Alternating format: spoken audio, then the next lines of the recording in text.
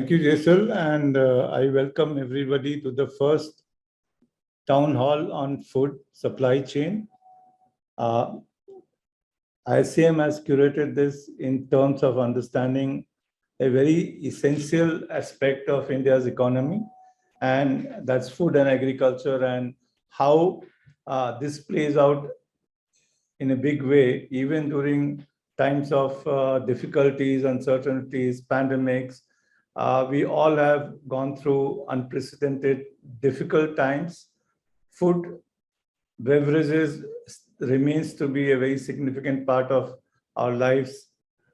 And hence, looking at the food supply chain, I thought was a very strong imperative for us to understand and bring about the changes in the food supply chain faster than we can expect. Because, I as a student of agricultural economics have been studying this right since 90s, that India is a food giant. India has huge competitive advantage in the domain of horticulture, floriculture, cereals,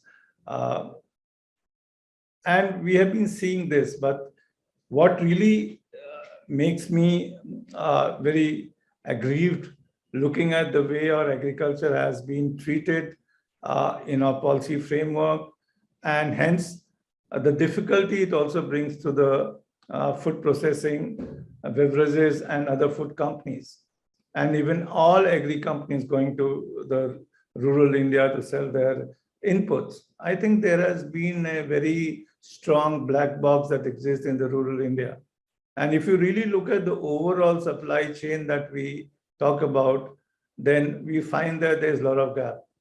And this gap has not been filled primarily for different reasons. One of the reasons is that we have not been able to understand the importance of agriculture. And if you look at the political economy of agriculture, I think that's a very significant part of our understanding. And what we see is that we have not been able to understand this importance. And the recent example of this is definitely the 3-farm laws, which significantly tried to provide a policy and a regulatory framework for facilitating a transition from a subsistence agriculture to more modern, market-oriented agriculture, and hence, making agriculture like an industry. Because I've been hearing even some of the Marxist economics over a period of time have been writing that agriculture is a way of life. It is not a profession, and I think this would have been an essential element of the change that would have brought about a significant element of drive in the economy, and that would have made agricultural-based food processing industry more profitable, competitive in the global markets. So despite these farm reforms which have been, taken back by the government, there is a need to understand that what has been the basic input, material input aspect of supply chain in agriculture. And I think one of the significant impact of this has been that the farmers across the country, and largely in those richer states where MSP has been a very significant source of their prosperity and increase in income, have become too dependent on MSP. And hence, any significant change in the MSP or abolition of the Agriculture Produce Marketing Commission Act builds huge amount of insecurity in these farmers. Because while I say that we built insecurities, it also creates a huge amount of constraint on reforming the material input sourcing from agriculture by the food processing industry. Why do I see this? Primarily because if the government decided the prices of food grains, largely wheat, rice, and one or two sugarcane and other commodities, you saw that large number of farmers in some of the most prosperous states of this country, with all the kind of infrastructure that was created in 1965, produced monolithic crop patterns with crops that were produced much more in quantity that we needed, and hence we had to create a kind of a parasitic public distribution system where rat eats food grains when people go hungry, because even the distribution network was plagued with no infrastructure, and if there was infrastructure, plagued with political corruptions, and that was about. Now these farmers who got the benefit of them, they need to transit, but the transition should have started way back, but we kept because of our politics. I think what this would have done, and I'm bringing these issues because I know all the micro issues at the corporate level and at the company level are going to be discussed by our eminent panel. But one of the basic thing, what happened was that we became highly cereal-oriented economy. Even pulses were not produced. There was no fruits and vegetable focus in the country, and hence it became cropping pattern was not diversified, and it did not become a great base for a very well diversified food processing unit. India could definitely have been a great place where agriculture would have been transformed, incomes would have been transformed, not only of the companies, but of the farmers if they have entered into this. And these three laws are very imperative, though they are repealed. I think they're temporary. Farmers Produce Trade and Commerce, which says that farmers can sell not only to APMC. Earlier, it was only that you can only sell to APMC and not to anybody else. You could sell to others, and that would lead to diversification. If the private party would like to buy vegetables, fruits, cereals, pulses in a different way, that really diversified and takes away the land from these cereals to those things. So I think that was a great act that happened. Second, Farmers Empowerment and Protection Agreement of Price Assurance and Farm Services was very essential, primarily because we have seen across the globe, I think there's a lot of misinformation on this, but the vertical coordination of agriculture through contract farming has helped farmers across the globe. And such arrangements, does beautifully map the risk of the the food processor as well as the farmer. What are the risks? Farmer wants a better price. He wants a better price for better quality, right? And he wants his quantity to be sold whatever he produces. What does the processor want? He wants the right quantity, right quality, and right price to buy it. And you marry them. So you create a kind of a vertical integration and rather coordination in that sense of the term. And like, for instance, ITC Ishopal, PepsiCo in Sangrur, and so many other experiments which have happened, which have been allowed by the APMC as an exception, that has really led to the increase in the farmers' income. Some people cite one or two cases of exploitation, and also there have been problems from farmer sides and from the company side. They have been trying to take advantage of each other. But largely, overall, there has been a significant increase in the income as well as supply chain certainty in vertical integration, including Ichopal. You see the ITC Foods have used this as a brilliant method, though it was largely assumed to be helping the whole agriculture and whole processing ecosystem to this thing. Finally, essential commodities, and I can tell you this, I've seen this. In the 90s, late 90s, I saw this in Andhra Pradesh. Suddenly, Chandrababu Naidu had declared chilies as essential commodities. Farmers who had invested into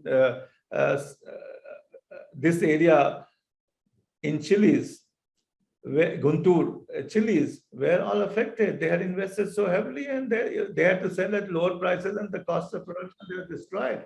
I think removing Essential Commodity Act and tempering with the farms produce would have given farmers to move into those areas which are essential, but that can provide income to them. This diversifies the base of sourcing. And I know that, I'm bringing something very political at this point of time, but this is purely economic and sensible in the sense that India needs an ecosystem of this particular kind of facilitating norms to allow investments to come in. Because if investments have to come in, why would anyone invest? The two major things that plague farm supply chain and food supply chain. One is distance and another is time. The time taken to reach the market and the distance. Both of them are magnified by the absence of infrastructure. And two kinds of infrastructure: physical infrastructure, primarily of transporting a physical good, even for a dry product. Leave apart fresh products, we don't have anything. And as you know, you see there are nut bolts and washes of investment in cold chain that has happened. And now in the last 2-3 years, we have seen a lot of hullabaloo about it. But this is significantly falling short of what is required in the process of making India food supply chain an amazing place where India can attain competitive advantage. So that's one element that we really need to see, that we invest heavily into roads, into storage, warehouses, cold chains. Nothing has happened. And second one, the facilitating infrastructure. I can tell you, if you know a little bit about how the trading of cereals takes place through APMC in Punjab, you know, Punjab produces only 45 to 50% of the total food grains sold to the APMC in Punjab. The another 50% is bought from UP, Madhya Pradesh, Rajasthan by the intermediaries and sold into APMC market of Punjab and Haryana. Why? Because 93, close to 81 to 93%, these are the estimates that are done by, you know, are sold at APMC in this thing. The rest of the countries does not have APMC, any APMC or MSP support. And that's funny, because if you want to give support to every farmer, then you have to broad base to all the states of the country. It cannot be specified. And if you want to move out of Punjab and Haryana, you definitely have to provide and deal with the farmers' insecurity. And that should be a long-run process. And this is where the BJP government went very wrong on the process of implementing something very quick.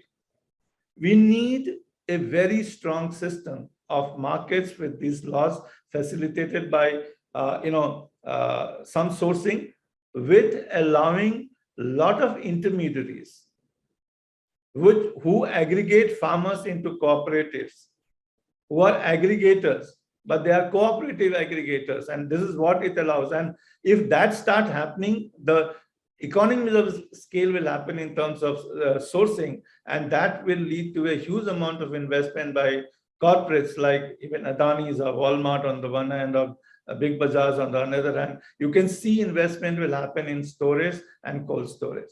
And I think this ecosystem has been one of the biggest challenges in the process of integrating supply chain and food supply chain. And I think it has kept the food supply chain backward, and it has actually kept the food supply chain in a way that though a large amount of efforts have been done by organizations to invest into sourcing, maybe they're lucky they are sourced at lower prices, primarily because of the kind of nexus that exists between the trading infrastructure and trading intermediaries. But the right kind, the right quality of produce have forced them to move elsewhere in the world, where India could have been a base for producing a lot of specialized inputs into even cereal production. And I think that you may hear from Tarun if they have made some changes in the post-pandemic period later. Secondly, I think while India remains an agrarian economy, while India remains a food economy, I think even if you see this top 20 global CO2 export flows from countries, you find that India only meets around 23, whereas EU 151, US 226, China 110, whole of the Asian together is 74. I mean, India is not a significant contributor to CO2, but that does not mean that we need not really look at it, because as India's importance grows and as we're seeing some amount of traction for India's economy in itself, and as we start preparing a Atmanirbhar based sourcing base in agriculture and allied activities for our businesses, I think India needs to look at this and take care of this particular thing, because food has a contribution of 25% to global emissions. Is one industry which has been the largest contributor to the environment and global emissions, and this needs to be taken care of. And while this needs to be taken care of, it raises a fundamental and very important questions. And these questions are very simple. How do I strategize my business strategy? As we talk about supply chain, the overall supply chain strategy is part of strategic planning in order to become highly competitive on the one hand and highly, responsible, sustainable on the other hand. And this is very important that we look at the norms of emissions. And if you see across, you find that the scope 3 of the ECG norms clearly is the focus. Downstream, that's your distribution. Upstream, that's your sourcing, becomes a major source of your contribution, along with emission from operation and the facilities control, including on-site fuel consumption and your factory supply chain. Scope 2 is very difficult to measure. You can really make certain strategic decisions. How do we really look at our upstream and downstream? And I think it is important for us to start looking at food supply chain, not only in terms of strategically, but also in terms of sustainability. And in that sense, the very first thing, if you look at the major logistic theme that really can be, India has built up and is building up a huge network of, road networks, along with logistics parks, along with ocean network, along with air rail corridors and waterways. I think a multimodal approach to understanding this particular problem is important. We have most companies heavily rely on road freight, and that's going to be dangerous. We need to really see the development of our infrastructure, the availability of the infrastructure, and a strategy which is multimodal and which is cost effective at the same time, is also effective in terms of building future for the people in this country and young children and company in terms of sustainability. And this is important. Secondly, we really need to see that we reduce the amount of stuffs to be moved. We use vertical and horizontal integration in the process. That's called share economy. We use circular economy, reverse logistics framework. We design with less materials. We use digitization in a big way. We use 3D printing, less material use, simplified supply chain, and 3D printing can be very useful. That means we strategically look at using a network optimization which is built on collaboration and sharing principles, and which goes beyond one company's complete engagement with the 3PL, 4PL, or 5PL, whatever we call them as, but it looks at the optimal utilization in terms of sustainability, in terms of cost, maybe with similar interest companies, which may be in different leagues, with not hazardous ones, but that can support each other and use technology. And this is where, in terms of food supply chain, when we say all these technologies, I say IoT, blockchains, everything is an important element. And it is data about your tiers of suppliers, data about your far off suppliers, data about your nearby suppliers, data about every nodes of your supply, material supply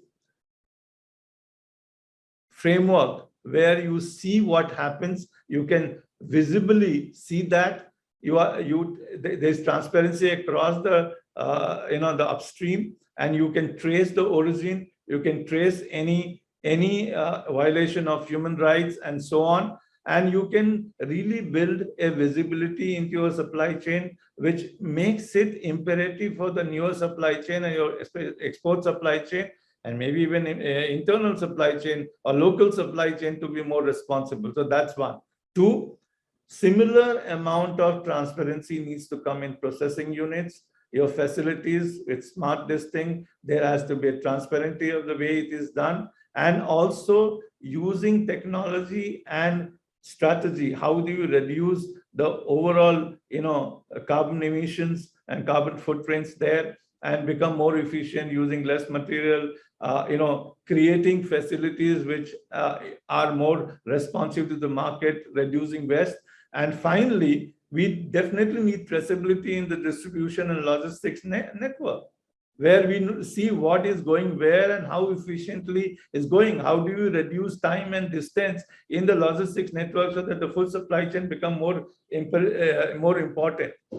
In fact, creating, transparenting, optimizing for CO2, engaging our suppliers, and also engaging our partners in the distribution channel can create a huge benefit for food supply chain, because food supply chain has to be responsible, and as after COP26, they are more imperative for them to be more sustainable, as well as pushing towards building huge partnership with farmers groups. Even if the laws are not there, there are exemptions, and if food produce organizations can actually partner with them, obviously there could be more investments in the whole thing and sourcing becomes better. And food supply chain is looking for a complete integration.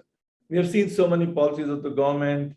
We have been seeing new agricultural policy every time, but there is a need for even players to push their agenda and push their investment into some part of it, like ITC, Chopal, I can say, has done an amazing job. Even in Eastern UP and where I come from, they've been sourcing wheat, and that has transformed 4-5 villages around this patch where villagers are poor and they do not have market available to them. So this is, I think, this can really change if you collaborate with your supplier, you collaborate with your distributors, and see that you bring transparency in. Thank you very much.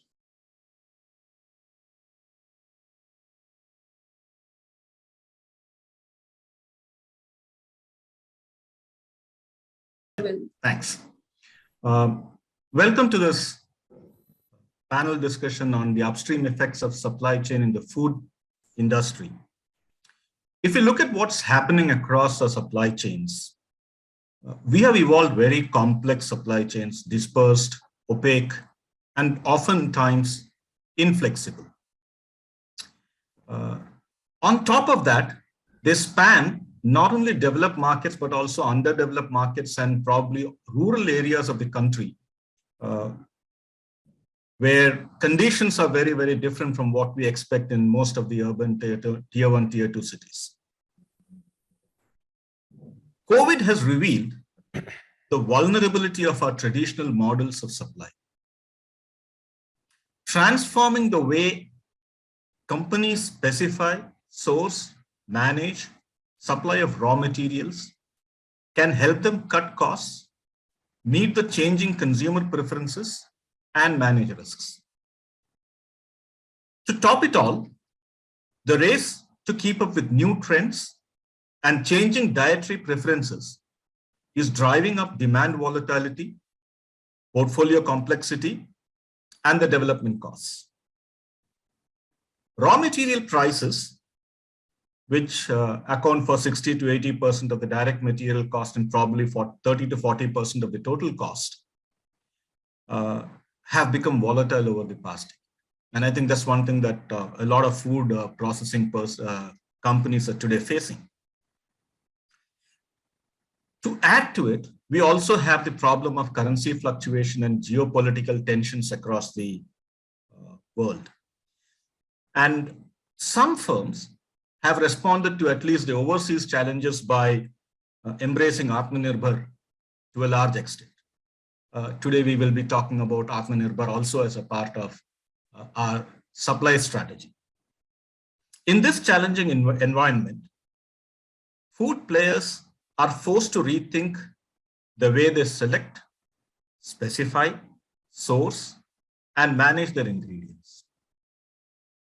To do this, they need to adopt a holistic approach that can reveal innovative way to reduce costs, unlock hidden value in the raw material supply chain.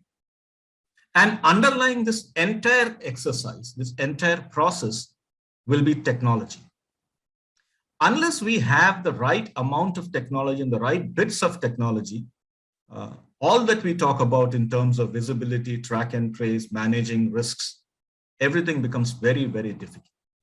And to discuss it, we have with us a very elite panel. And let me start with probably requesting Tarun. Tarun, if you could kind of trace the changes that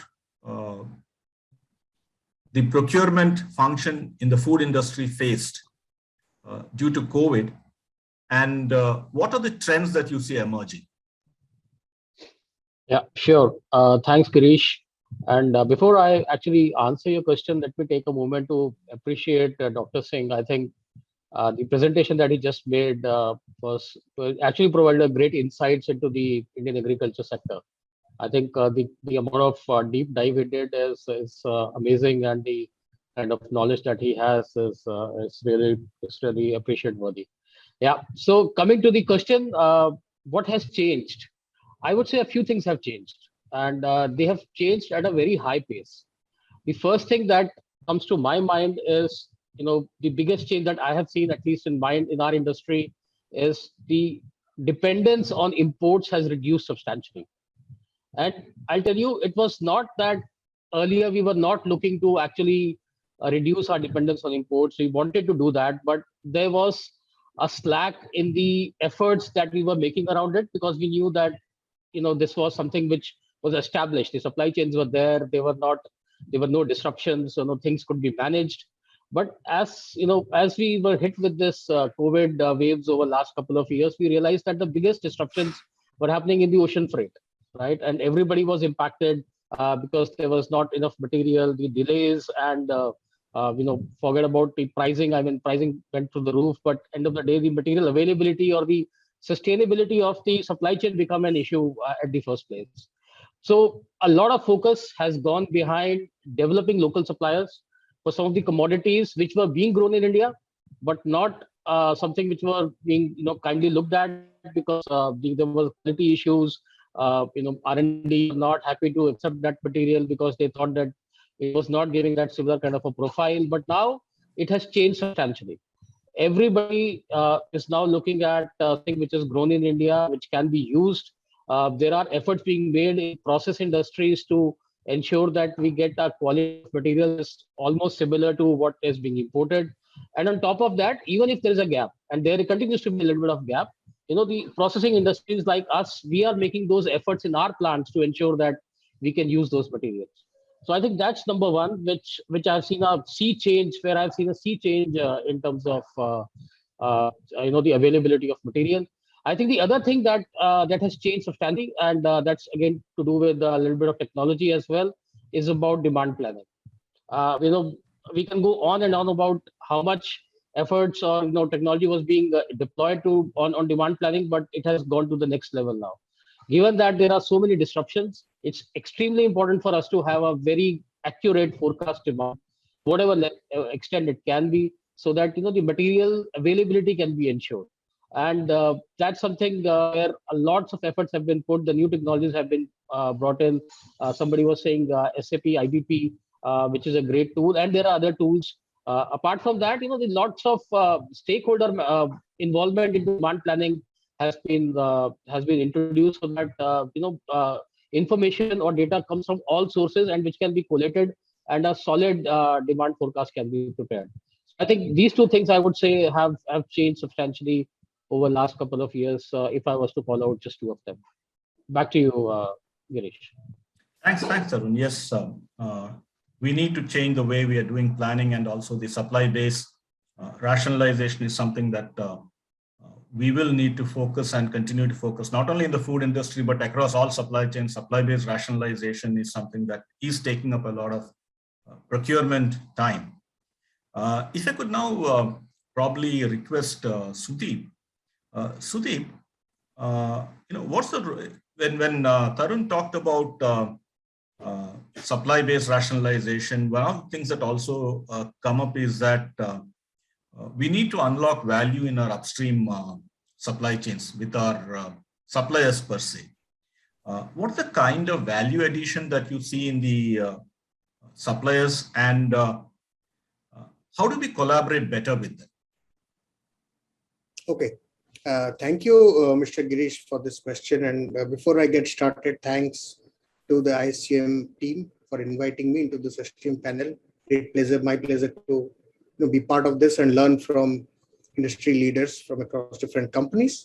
Thanks for that. Now, coming to the question, I think I'd look at it in three ways, right? So, but to answer your specific question on collaboration, let us look at the other two aspects as well. So the way, and if you have seen my profile, it's more to do with process excellence. So in the past, I've got a chance to talk to ISCM sometime 3-4 years ago. At the time, I was doing core procurement, like many of my colleagues here are doing in their respective companies. But in the last 3 years, I've got an opportunity to be part of process excellence, which is really about the back end, about supporting how we are doing procurement in our respective companies, right? So I'll bring that perspective in as well. So there are three parts here. The first part, I think, it has already been covered by some of the speakers, by Dr. Singh, by Tarun, etc. And it's about the number of variables we have today in the world, which is significantly higher.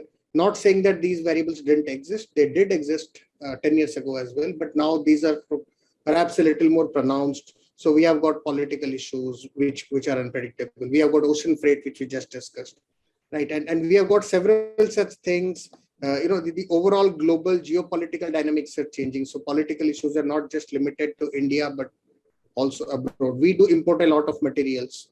Although, to Tarun's point, I think we do try to reduce the amount of imports that we do. And we are already doing that, but still we import a lot, right? So we have to manage a lot more variables than what it used to be earlier. And if we have to manage those variables, we need to have that right collaboration with our suppliers. Which is to answer your question. So we follow something that's called a supplier segmentation. So you cannot do the same level of collaboration and engagement with say 200 or 500 suppliers. It's not possible. So we need to do a segmentation. Now the segmentation or classification, it could vary from company to company. So I'm not getting into those specifics because that depends. It's a lot contextual as well. So once we do the segmentation, we figure out, okay, how to work with which supplier. Okay, this is the bucket of suppliers which are extremely strategic and, we mean a lot to them and they mean a lot to us. So it works both ways. The partnership works both ways. In some other cases, the partnership may work either way. So either, the supplier is very important to Mondelez. I mean, to any company, I'm saying Mondelez because I work there, to any company, the supplier is very important to us, or the other way is we are very important to them, but they are not so important to us. So it could be that one-way relationship. The fourth one really is transactional. Okay, so they are a company, we are another company. We do a little bit of business here and there, but that's about it. They don't see much value with us. Neither do we see much value in them. So if you have these kind of 4 buckets, a quadrant maybe, then you can think through how to engage with whom and what kind of collaboration is needed. Upstream sourcing, as you mentioned, I think that's a great point, because we are then now talking about the supplier. So to the first point that I mentioned about the variables that we have, I think what we should do internally in any organization is have the right kind of risk assessment ready. Now, risk is not just price risks, but also geopolitical risks, financial risks. What happens if the supplier, is bankrupt tomorrow? What do we do then, right? So all this kind of risk, and then do the segmentation to see, okay, how do we engage with the particular supplier based on what are their risks and based on what is their strategic importance to our company. So this is how we look at it. But again, the third point, and this goes back to some of the work that I'm doing right now.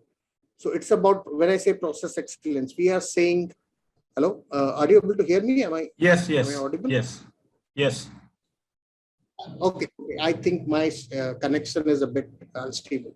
Okay. So the third point is really about how do we enable it. So what has happened is, when we work with the supplier, we deal with all these variables that we talked about. But internally in our ways of working, we mentioned demand forecasting, that, are we giving the right kind of demand? One very important thing, which is highly tactical, but which is very important to any relationship, is to ensure smooth payments to the suppliers, right? Which is a challenge in many organizations due to various reasons, right? So there are very, very tactical levels. So the internal variables that we have between the company and the supplier, if we could get those out, we cannot really get those out 100%, but if we could check that to a large degree, then we have that much of time and that much of space to think through the strategic partnerships that we talked about. So So I think addressing the tactical is as important as addressing the strategic. And we could do it in various ways. We could leverage technology to do it. And a lot, in fact, a lot these days is happening through technology. I'm sure most of the colleagues out here, my industry peers, they would be aware of something called e-invoicing. And that's something that is liberating a lot of time for us. And now, so when that happens, when I meet our supplier next, I'm not going to talk about, hey, some of my dues are unpaid or anything of that sort. So we don't get into such discussions at all. And that develops trust between the two partners that, okay, we know that this company has the ability, has the capability to ensure smooth payments on time, has the capability to ensure, seamless communication about demands, about forecasts, about what are the plans, about the future business outlook. So if you fix those things which are within our control, then I think we get a lot more time, lot more opportunity to work on collaboration and work on risk assessment. Thanks, Sudhir.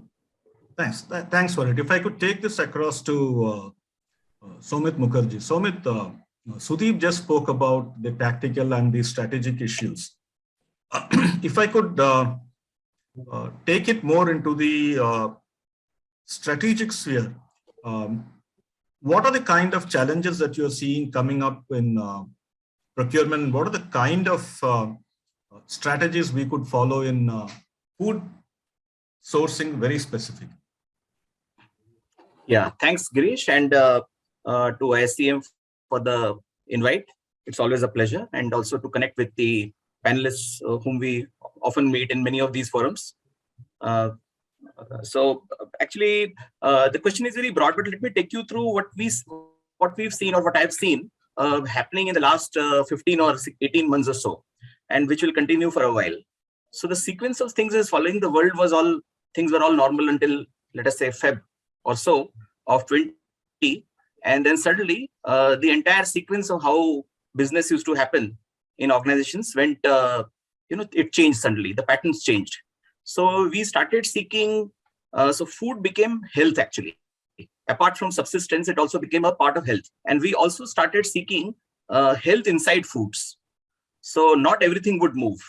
You see, that's a very dramatic thing, and it actually augurs extremely well for the food supply chain, because when you start looking for health beyond medicines, looking for good health beyond medicines, and you look at what you eat every day, and in your food choices, will shine a light, bright light on those parts of your entire food supply chain which you are ignoring so far. So, they get a chance, and it also makes the country healthy. It makes your organization healthy, and so on and so forth.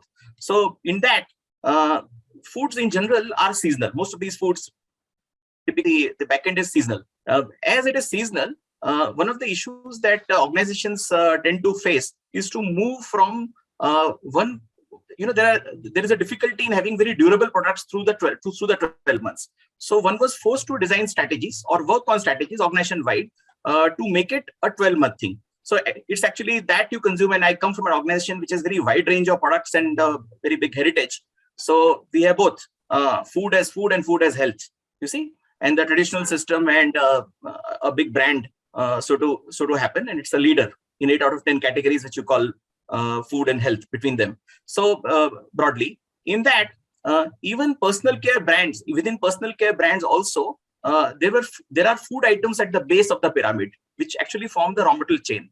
And for the first time, those raw materials were beginning to be shared very widely, stretching them so much in terms of their supply chain and their availability.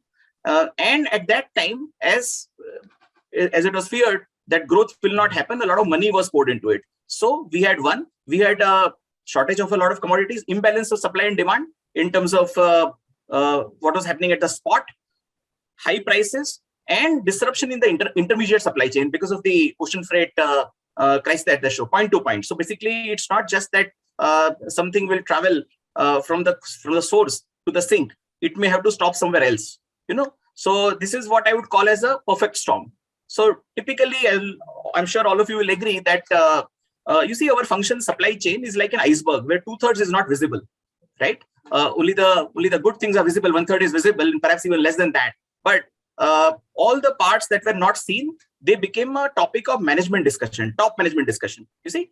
And thereby this enabled in many ways, even at higher costs, because this 15-month cycle has also meant now that these results and all are coming from extremely high growth, unprecedented high growth in certain categories, especially foods, to situations where now the growth has kind of evened out. You already have had a high base and stuff like that. We are already seeing that possibility. Even prices are have in several cases prices have been very different from what might have been conceived in the long-term plan, even if you have a backend for that matter, because you'll have to fund that backend also.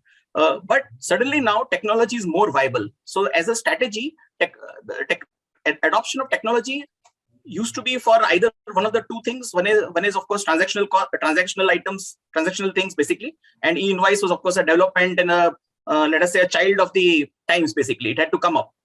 But apart from that, for efficiency, but now it is also to shine a light on the source. So those technology companies and those solutions that we earlier thought very costly, their ROI has started happening. So this is one as a strategy.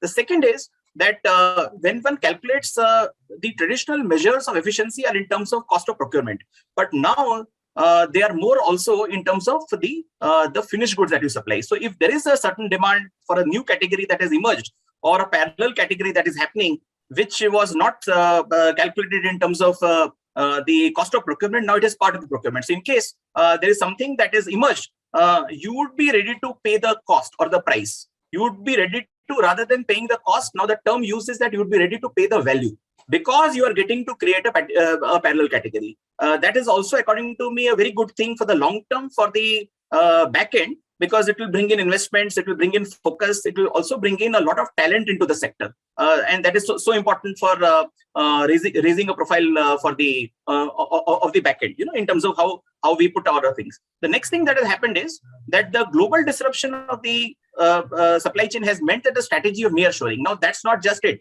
As India is a very large source of these raw materials that go into the food supply chain, we are now a bigger supplier to the world as a nation. That also opens up a possibility, so that we already had a very good market inside, and which was demographically going in the right direction, both in terms of income as well as the number of people who are able to afford and ready to pay, and also companies coming up with smaller and smaller with differential offerings for different sectors and sections. It also means that we are now replacing some of the other traditional food suppliers of the world, right? In many cases at the base, all over the world. So there is an export opportunity that is coming, right?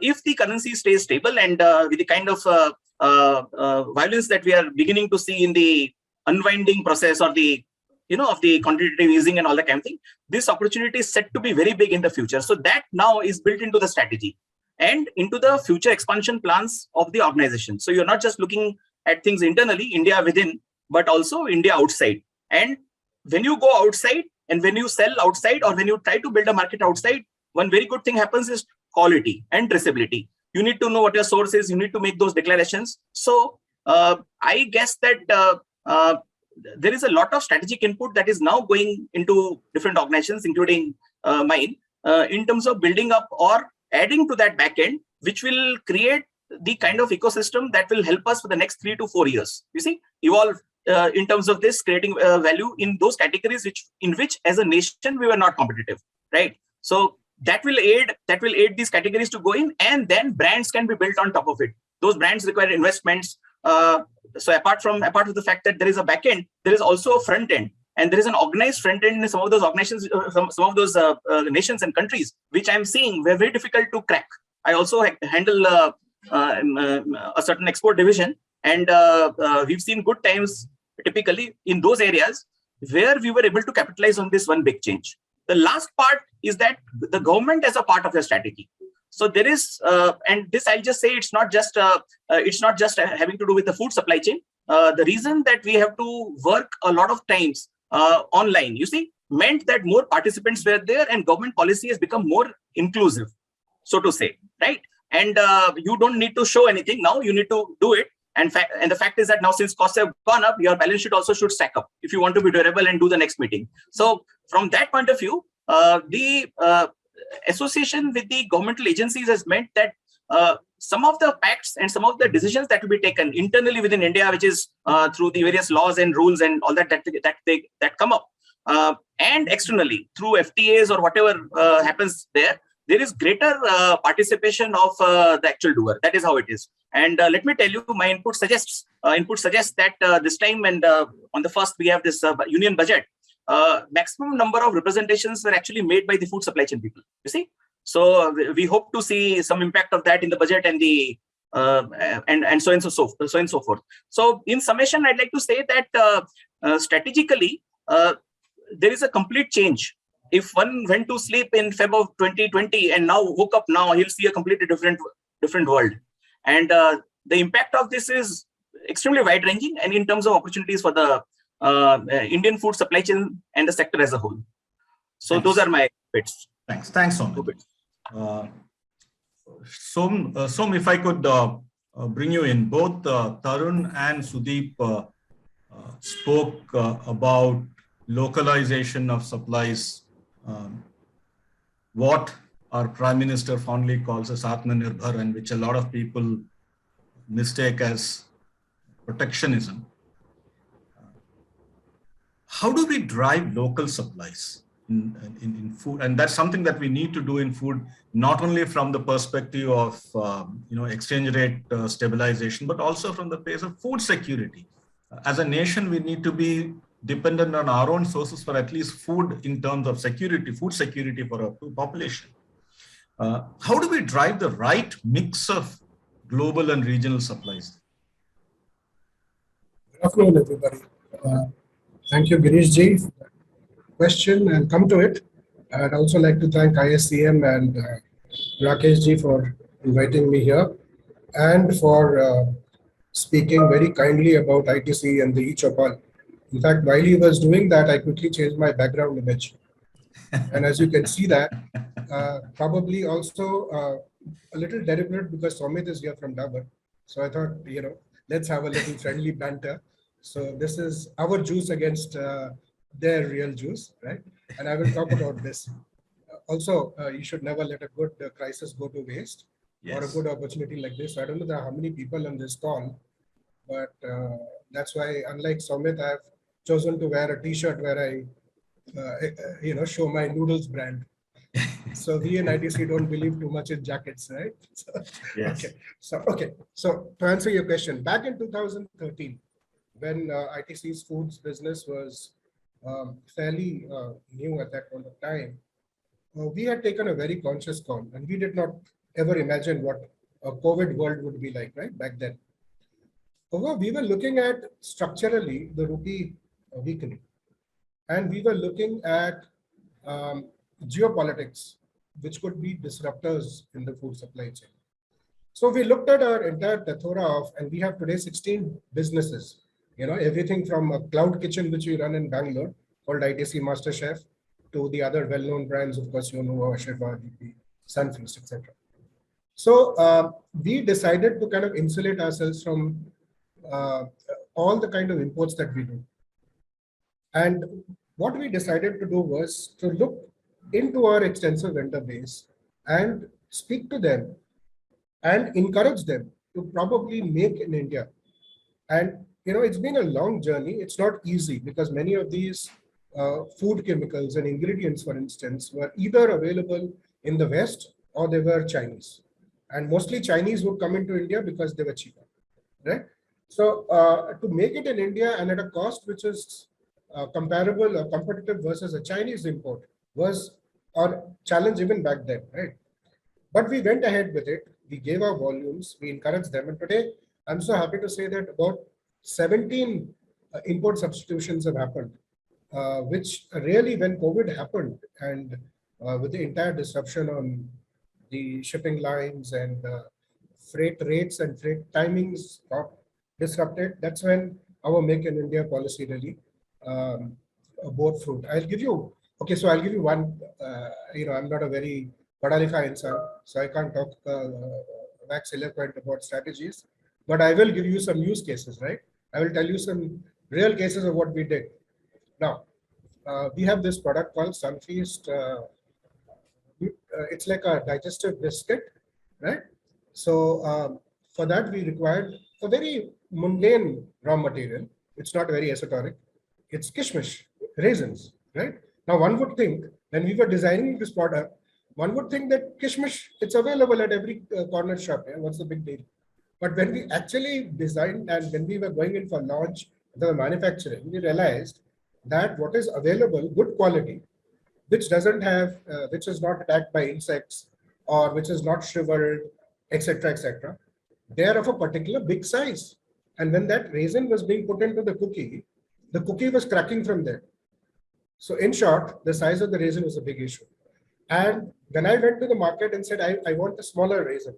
For instance, what I was getting was 350 count per kilo. What I wanted was maybe 500 count per kilo. They said it's not available. What was available was probably, shriveled or insect bitten, etc., etc. And then we approached a few of our colleagues in the other multinationals. Let's not name names, but we have people in those companies who work there, XITC, and they turned around and said, okay, but sir, the interesting thing is we produce so much of kishmish in India, but our company, we've been actually importing it from Turkey. Why? Because the quality paradigms in India, the sorting, etc., all that we don't get. So that's when we actually put a team to work with the back-end people.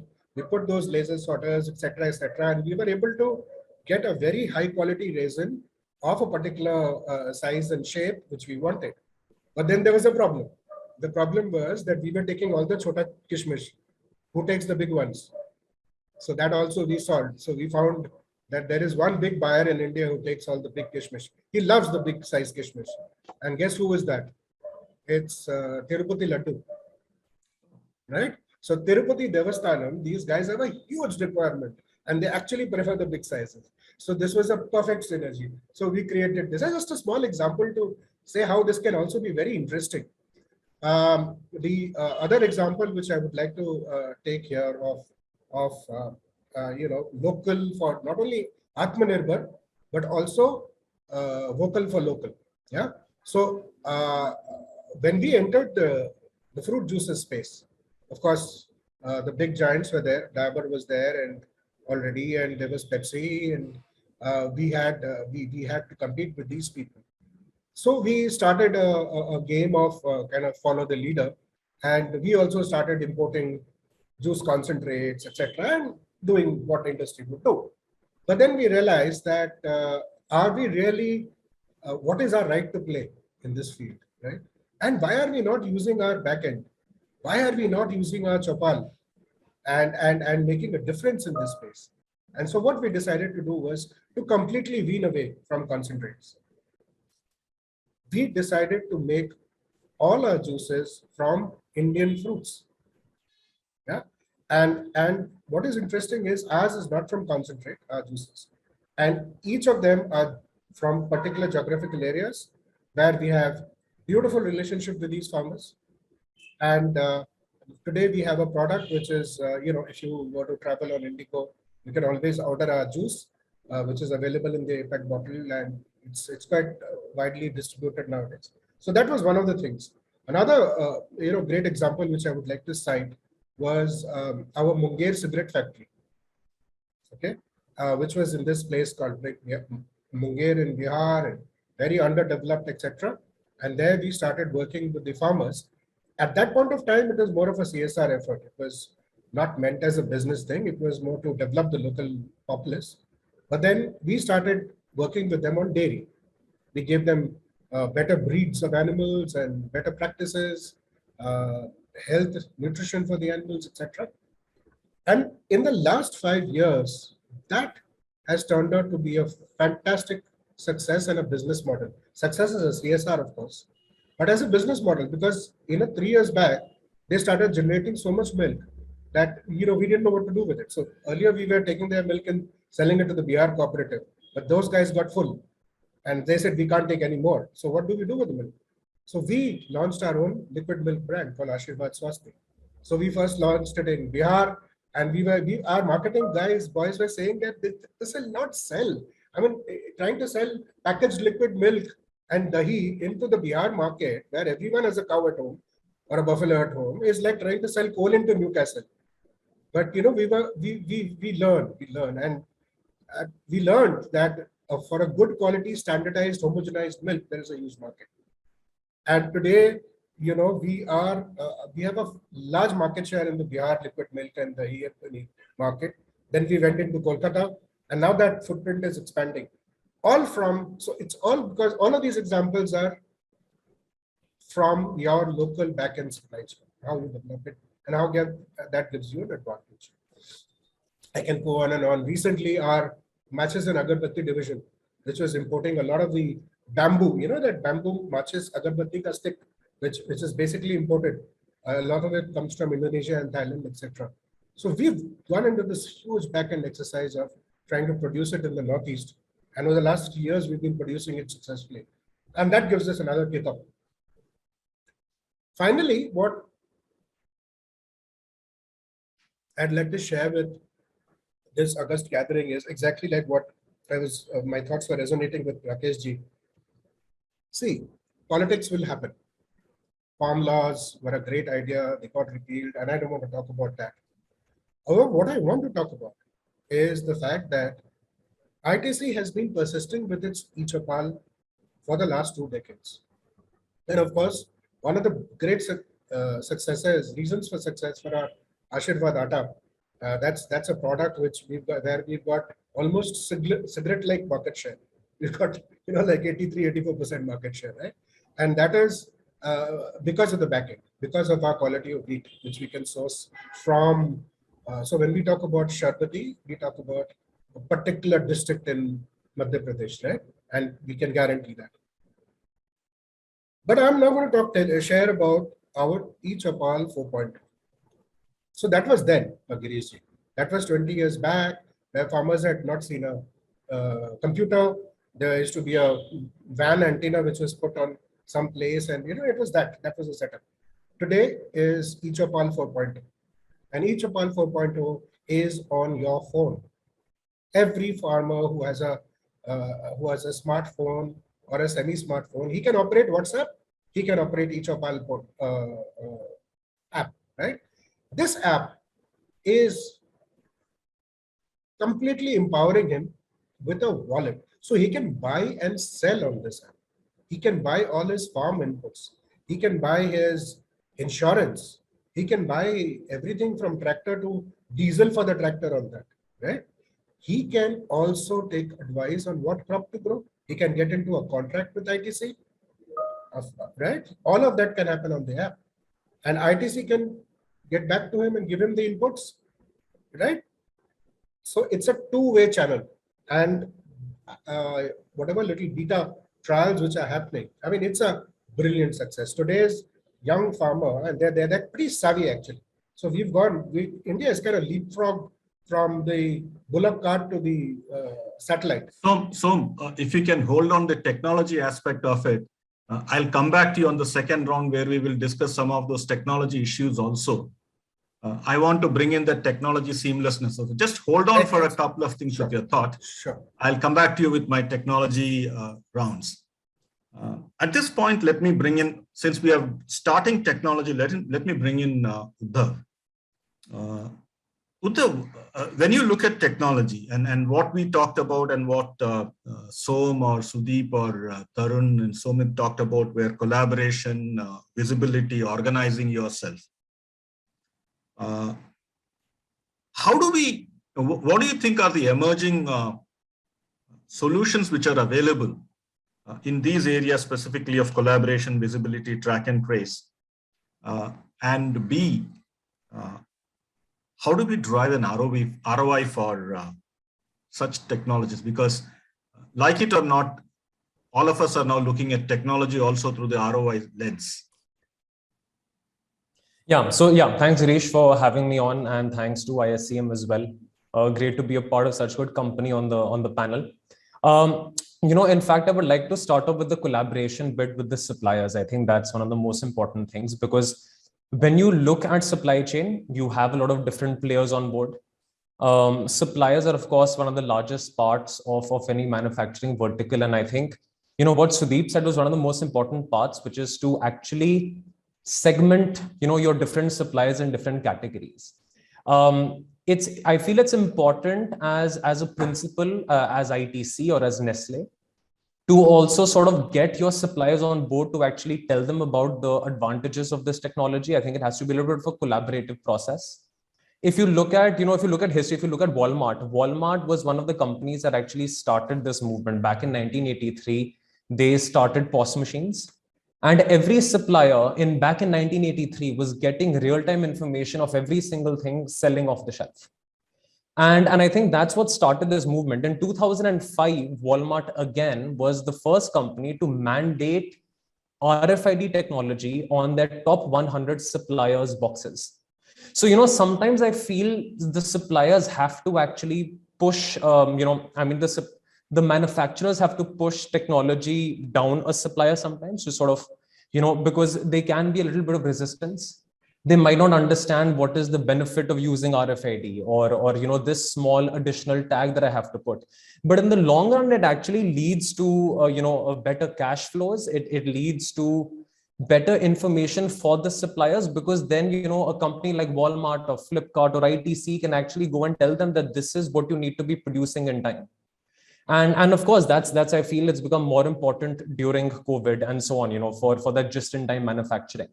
And I feel that, it's funny though, because we still have a lot of companies who we end up dealing with who are very closed. And they might say that, okay, my supplier, my vendor, I can't give him access because I'm still on intranet. But you also have companies like Walmart who, back in 2005 implemented RFID, and it was different strokes for different folks, right? The 80-20 rule. They realized that these top 100 suppliers of mine are the ones who are, giving me 80% of the volumes. And if I can just digitize that bit, I can reap a huge benefit from it.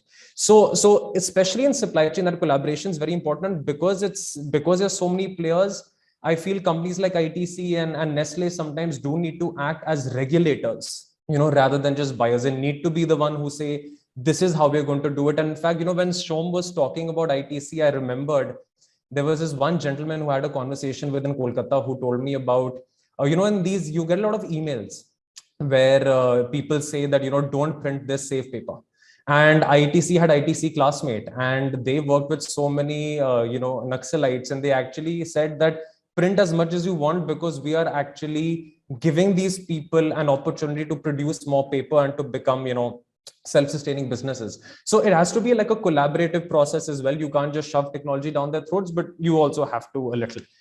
In terms of ROI, Girish, I think what's important to look at is your use case. If you look at whatever solution you're trying to implement, you have a lot of tools. You have GPS, you have RFID, you have blockchain now, and I think in terms of the supplier collaboration, but blockchain plays a big role. That's what we've been seeing. There's clearly a pattern, because Walmart again keeps coming to my head. Walmart again in 2017 started something called the Food Trust, which is based on Hyperledger, which is one of the private blockchains. So clearly, they are one of the innovators, and I feel that there are a lot of companies that are going down this path of supplier collaboration, and we've definitely dealt with a lot of great companies who've done that as well, whether it's Flipkart or Aditya Birla Group or anyone else. I feel that what's important is, and I feel where some companies in terms of ROI end up getting a little lost, is two things. One is looking at, first they end up picking the tool, and they'll say, okay, I want to implement GPS tracking. Now, see, the problem is that you have to actually look at your solution first. You have to see that what is my problem statement, who are my stakeholders involved, and how can I pass down some of this cost to my suppliers rather than taking everything on myself. Now, we're dealing with a lot of companies who don't actually buy a lot of the product themselves. They actually tell their suppliers that this is the company I'm working with. This is the application you have to onboard. You are going to pay for this. I'm not going to pay for it. So they sort of, protect their own commercial interests in a way. But then the supplier also ends up reaping the benefits, because the supplier can get better cash flow by some kind of e-invoicing tool, or he can also get that benefit, of visibility that's important for the supplier as well. So if you look at FASTag, why was FASTag implemented rather than GPS? Because the government realized that if we do an RFID implementation, I can limit the cost of, the amount of cost that a transporter has to pay, because a transporter only had to pay for that tag. The rest of the cost was actually of the readers and the infrastructure that then was borne by someone else. If they told everyone you have to get GPSs, instead of getting a 100 rupee tag, you would have to get a 4,000 rupee tracker, right? So whenever company is approaching a problem, they have to look at, what is the relationship with my suppliers? How much of my cost can I pass down? So you have to start looking a little at innovative business models. But eventually, where I feel most companies end up faltering is the timeline that they give for that ROI. When you look at ITC or you look at any of these large companies, they've invested billions of dollars or millions of dollars into a factory. And everyone is very in tune with thinking that this cost is going to come out in 1 year, 2 year, 3 year, and so on. If they buy another machine, they will spend 1 crore or 2 crore on it. But when it comes down to software, something that might actually help you make that factory more productive, I feel sometimes people get a little wary. They don't have that same appetite of spending sometimes. They sometimes feel that the ROI should come instantly and not, they don't give it that 1 year. If you're giving, machinery 1 year, you have to realize that software is as complex, sometimes even more. And you have to be willing to give software that time to sort of, nurture as well. We end up dealing with a lot of companies where, negotiations go on for 6 months, but then the implementation, they want done in only in 1 month. So I think there's a lot of mindset as well involved in that ROI. You will get your ROI back, of course, but you have to be a little patient. And in terms of tracking, I feel I think this is the new thing we've seen. And this is one of the last things that I wanted to say on the tracking bit. The last 2 years has been great because now I've seen a lot of companies not just start tracking produce, but process as well. Tracking initially, I mean, GPS trackers, Girish, have been there since 2000 and, 2, 3, 4, 5. I mean, it's very common. There's nothing very complex about GPS tracking. But everyone focused on tracking when it exited the plant to when it entered the other plant, or when it exited that supplier's facility and entered the manufacturing facility. But if you look at logistics today, if I'm using an express courier service or any good transporter, I can send something from Delhi to Bangalore in possibly 3 to 4 days. But the process of it coming out of the plant and getting into the other plant is also another 4 days. So rather than actually investing a lot in tracking of those 4 days, you have to actually implement a lot of technologies in terms of not just GPS and RFID, but in terms of supply chain systems, in terms of gate automation, that can actually get you much more benefit in terms of tracking your processes. Is the gate pass process taking very long? Is it taking very long to indent a vehicle into the plant? And most of the products that we deal in, especially in today's stock, they are, most of them are perishable. So there's a big role in actually tracking the process within the plants as well, rather than just outside. Thanks, Uddhav. Anil, if I could, bring that same technology issue back to you also. A couple of things have happened. A lot of startups have come up which have changed the way technology is being used and can be used. And also, one of the things that from a user perspective, everyone talks about is about, how do I protect my investments in technology? If I bring you these two questions together, what are the kind of opportunities that you see that startups have opened up in the food space and supply chain? And how do you advocate that these startups can help you also protect your investments? Right. Am I audible clearly? Yes, sir. Yeah. So, Girish, I'll just quickly touch upon what the drift of the whole conversation has been till now. Yes, sir. And we are on macro basis, we are moving from global to local. We have more focus on the local suppliers, and we also have talked about segmentation of suppliers who are critical to your whole supply chain. Also, we've spoken about how food is more sensitive, and there are some food items which are sensitive to geopolitics also. So if you put all this together and you see that technology is the only leveler or the only enabler left now, the next question is that large corporations, when they do their own manufacturing or they have large plants, they deploy all the technologies that Uddhav just spoke about, and they have departments and they have people who who are focusing on bit by bit how to go granular, how to capture data, how to analyze data, and how to serve it, and how to benefit from it. I feel the next paradigm here is very clearly your upstream supplier, and that's why the panel was very interesting to me. That if you're able to percolate even, let's say, 30% or 20% of taking the 80-20 rule of the technologies that you use yourself as a large corporation, if you're able to percolate that to your supplier ecosystem, right? Just imagine the kind of level of transparency and the kind of collective information you would have access to, specifically in these changing times. How quickly will you be able to respond to a changing demand pattern? How quickly could you aggregate raw material supplies for your suppliers, right? You being a large corporation. So my take is that the next change that we will see is all the mid and the small and medium level, I will not call them corporations, but all the small and medium level organizations will have to adopt technology to grow and to seamlessly integrate with their principles. At the same time, Uddhav said a very nice thing, that if that push can come from the process owner or the product owner himself, and he can go out and lay it out to his vendor saying that, boss, I will continue my orders, I will give you more orders, or I will give you a beneficial price if you make your supply chain visible to me, right? He will definitely do it, and the benefit to the overall ecosystem, to the vendor himself, and to the principal owner of the product will be immense. And don't forget that it's the need of the hour at this point of time.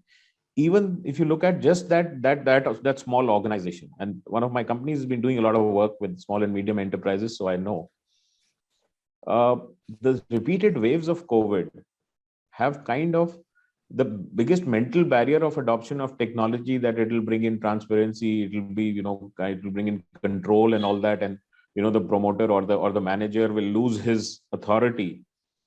The foundation of that got shaken a little bit, because it was the first time in these times that they had to manage things remotely, even if they were a very small organization.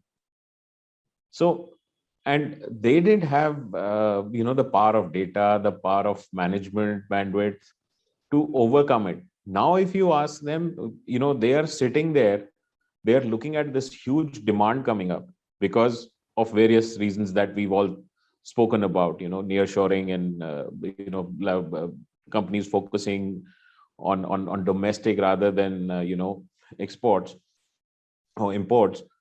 Also, some of them are looking at very high import substitution by overseas parties for the China plus one strategies. So we had one small customer, not in the food segment, but in the plastic segment, whose turnover actually went up from 350 crores to about 600 crores in this time. And the biggest challenge that he was facing is how to manage his supply chain, because small and medium organizations don't have that level of automation or softwares where they can manufacturing, they can remove choke points quickly, or they can belt out that much kind of stuff. So if we focus on efficiency and visibility of our suppliers' supply chain, I think that's the next paradigm, and that will bring benefits to both the ecosystem and the vendor itself. So this is where I'm coming from. Thanks, Anand. Som, if I could come back to you.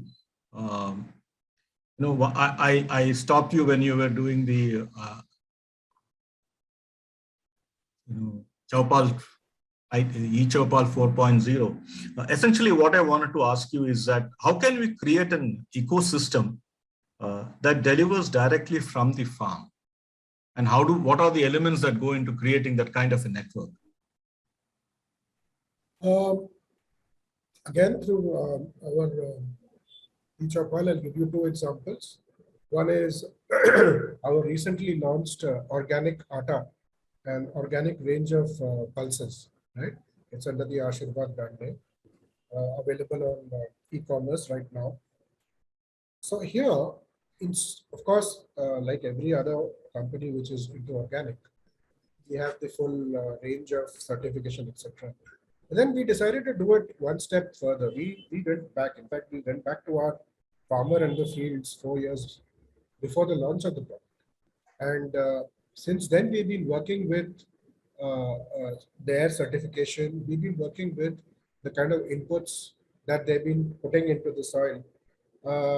And today, if there is one organization which can actually guarantee per pack from the barcode, we can tell you exactly which patch of land, which farmer, where it came from, right? We were talking about this in the technology piece, and Uday was also giving a few examples. Not in 1984, not Walmart, but at least in 2020, 20s, ITC, we can get this traceability to the field in the truest sense of it. We are about to launch our organic ghee. And again, I cannot disclose the partner with whom we are doing this, but the work has been ongoing for the last 3 years. And we can actually tell you the name of the cows from where the ghee came. Yeah. And so that is the level of backward integration we've got. And that also gives us this comfort, no? Because, it's so easy to get butter or a dal or someone from another vendor who claims to have all his certifications in place and he's done everything. At ITC end, when you're testing something which you bought from outside, you're doing random tests, right? You're not testing 100%. You're not testing all the bags of grain or pulses. But tomorrow, should there be, an organization like a Sunita Narayan's in Delhi who picks up one of our packs and finds pesticide residue, that's the end of brand ITC. So when we gave it a lot of thought when we went into the organic foray, whether we are able to genuinely walk the talk and our connect with the backend, our e-Chopal and now the digitization backbone of the e-Chopal, that's helping a lot. So I hope I've been able to answer your question. Thanks, Som. Tarun, if I could quickly request you to probably throw some light on how do we look at the packaging plays a major role, and what are the kind of flexibility that we can build in packaging also in terms of supplies? Yeah. So again, coming to the volatility and the disruptions that we have seen over the last couple of years, and actually it has been across the board, and even in the packaging industry, if you were to look at it, whether it's the flexibles or whether it's the paper-based. But I think the flexibility that one can draw is how quickly can you change your product packaging so as to suit the current environment. For example, can you quickly move from, say, cartons to flexibles or vice versa, depending upon what's the availability of either of them? For example, last year, everybody would have noticed and experienced the huge volatility in the costs of flexibles, all the polymers, and the availability was such a major issue. That was a time when we actually took some calls where we moved packaging from flexible to, say, paper. And, at some point of time, we moved it vice versa as well. So I think this is extremely important to have that kind of an background, have a model ready, work with your R&Ds, work with your partners, have that kind of model ready and execute as soon as you see an issue with one of them. So I think that's one area which I can think of. The other thing that I can talk about, which again had a huge impact on everybody's business last year, and I think will continue to have, is on the corrugates. Everyone again knows that corrugates availability is a challenge. The prices have gone through the roof. Again, what can you do? How can you improve your current capacity to package certain amount of goods? For example, I'll give you an example. In our case, we were putting small packs of about 192 in in a case. Now, given that there was this huge inflation in the pricing, the availability was a challenge. We looked at all the options, vertical, horizontal, worked with RQT, worked with different people, with the suppliers, and ensured that we could pack much more. So maybe 15-20% higher than what we were earlier packing. So I think these are some of the quick, should I say, fixes which one can look at. Of course, packaging is also going through a tremendous change, and the new technologies coming in. But in the food industry, I have seen that typically we are sticking to either the laminates or the paper-based packaging, depending on whether it's primary or the secondary. And of course, the corrugates, the treasury packing, that one would continue on. But I think to answer your question in one line, it's important to have that kind of a flexibility of interchangeability between the options that exist in your portfolio. Thank you.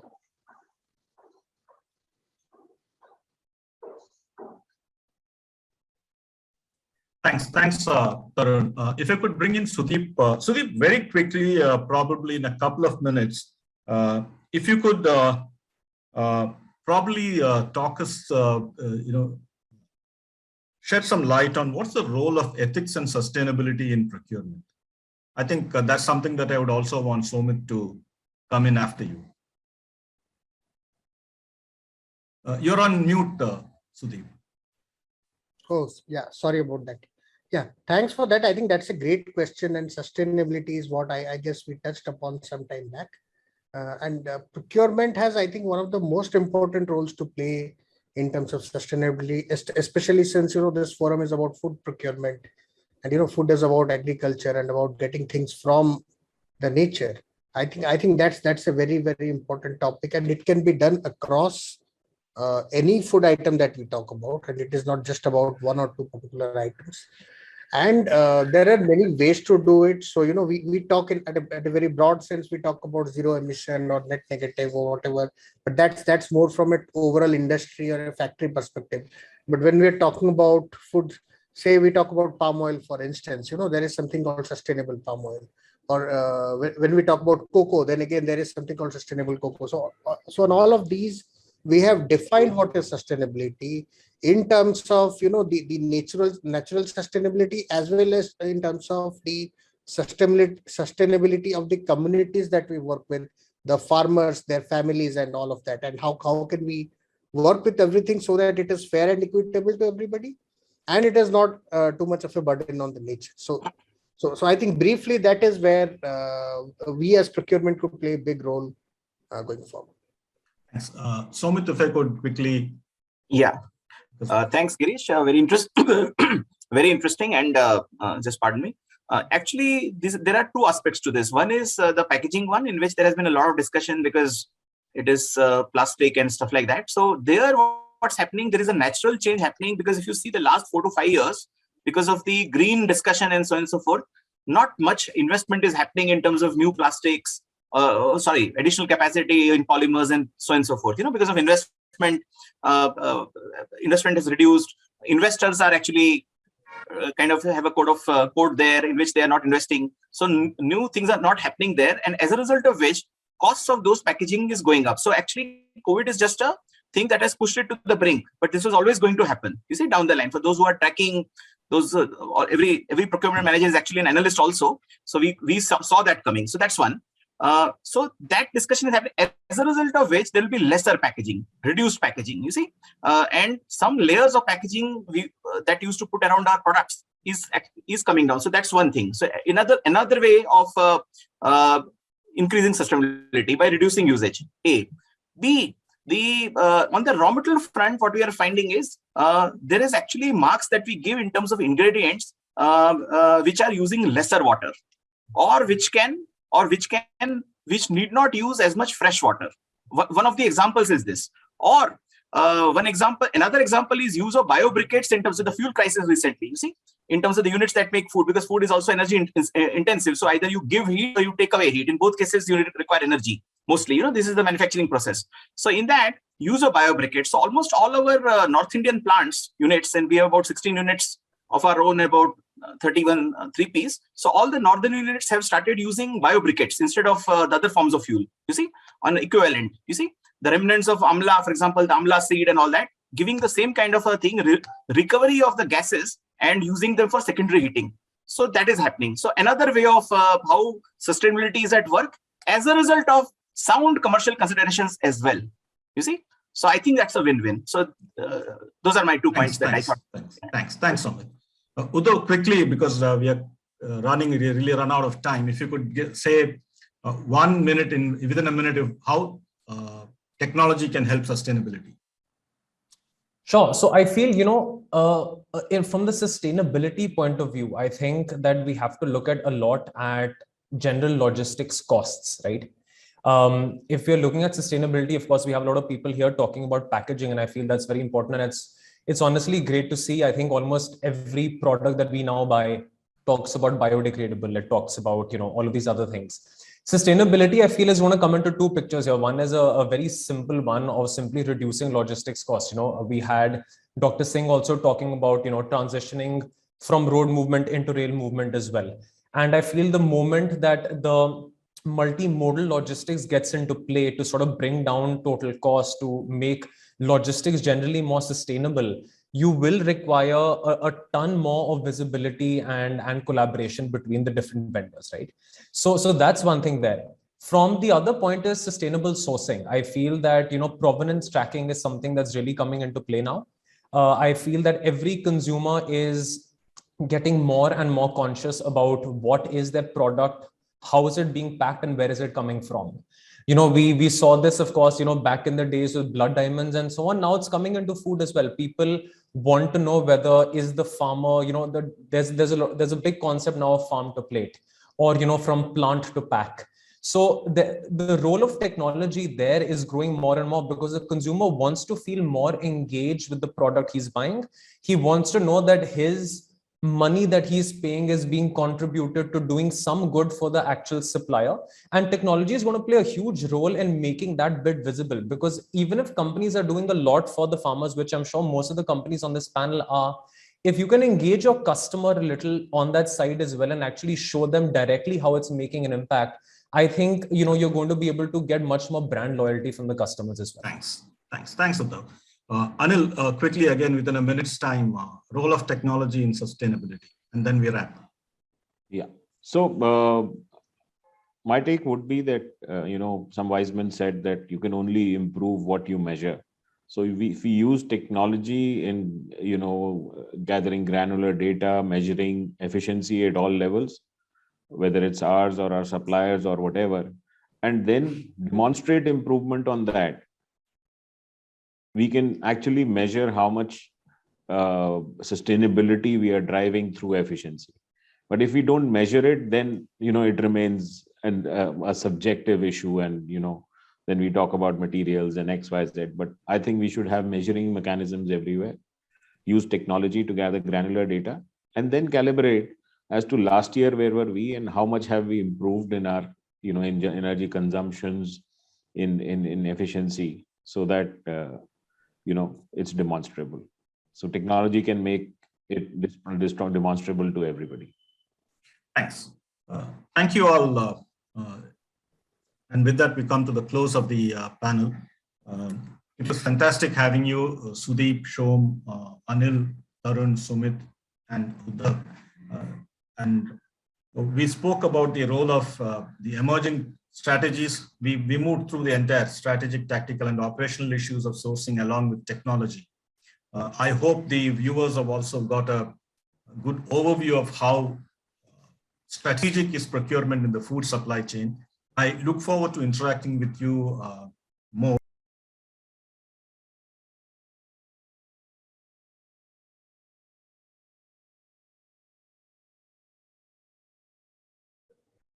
And which essentially is a very interesting panel, because what we see is that a lot of people have been very critical of planning as a process during the pandemic in the beginning. Then planning came back in some form in terms of business continuity plans. And then, there has been a lot of discussion on how the planning is going to change dramatically post-pandemic. And as we look at the pandemic disruptions, as we look at other disruptions that has happened because of pandemic and during pandemic, you find that this is very unprecedented time. You have been affected on your supply side. Pandemic itself caused the major supply bases to be closed. Then you had a lot of container crisis following that because there was a mismatch between demand and supply. And there's data also which says that globally, the trade lanes have changed in the sense that the composition of the trade lanes have changed, making actually containers stay in places from where they cannot come in, because even for China exports 3 times, imports just 1/3 of that, meaning that every second, 2 container out of 3 are lying in wrong places. You've seen how lack of visibility in the ocean trade and ocean shipping lines, the vessels get struck, and that has led to a situation which has affected your supplies, as well as, it has had a great amplification at times on your demand, and sometimes it also has been because of the global demand not reaching the right places, creating huge amount of shortages and surpluses depending on what the reason is. We thought this panel would be apt to look at food supply chains, and food supply chains as even a little different. There are a lot of fragmentation of the food sourcing that happens. They are different in their own nature, and food is something which reaches each geography. And I've been seeing very clearly that a lot of us talk about distribution of food supply chain, but not a single supply chain that I've seen which moves beyond the distributors network into the rural India, where 53% of the total FMCG demands or CPG demands also comes from. I think it's a totally dark zone. And, we have tried a number of direct methods, but what we have seen is that the super stockist is the best way to go, and everybody gets stuck in that super stockist mode with no visibility at all in the 60% of the geography of this country. This is true for anything, but more so for food products in a big way. When you look at the other side, and this is why the supply chain of food is very important. You see an agricultural supply chain, you also have a rural supply chain. Maybe they are very, very interrelated. They could be leveraged as a platform in the long run as technology platforms become business platforms. But this is a very critical area of managing the overall change. I remember a lot of us have seen this experiment called as Haryali Kisan Bazaar. And it was one of the most widely held experiment. As a professor, I used to see everybody doing a Haryali Kisan Bazaar case study in almost all the business school. In fact, I was doing the case in one particular rural supply chain class in Kolkata, and there's a professor who was doing a case in strategy at the bottom of the pyramid. So he invited me to be and do it jointly, and then I was a little clean bowl because everybody was so gaga about Haryali Kisan Bazaar. He asked me to summarize the case. I said, yes, it's a great discussion, great points, but only one thing that we missed, that this experiment closed last month. And the only 2 reasons that led to the closure of this experiment was 1, real income of the farmer, and 2, not knowing how to bring visibility into the supply chain. And I think pandemic has brought these challenges in a big way. So I thought I'll start with something which are very critical of this country, though as Sumit rightly said that India has an amazing competitive advantage in exports, but I think there are a lot of constraints there that needs to be managed. And that's more of a policy issues and strategy issues. In terms of planning, whatever we have as present, what are the critical challenges that company face? One, without pandemic, also what challenges is faced? How pandemic actually, amplified the challenges? And within food supply chain, how do you look at planning when you have such a portfolio of products? The portfolio analysis becomes a very important element of planning. So I will start this with Abhishek to start with. Yeah. So hi all. So basically, what has happened in last 2 years, we are seeing that the demand predictability has reduced, and pandemic has further added to it. So we had waves, first wave, second wave, then we have lockdowns, and what we have seen that the demand trend has been significantly different during these phases. So when the lockdowns have been imposed, we see that the staples demand has been going up, while we have seen that the premium products demand reduced. So predicting these demand changes has been one of the biggest challenges which we have seen in the food industry. And we work in an industry where there are shelf-life constraints.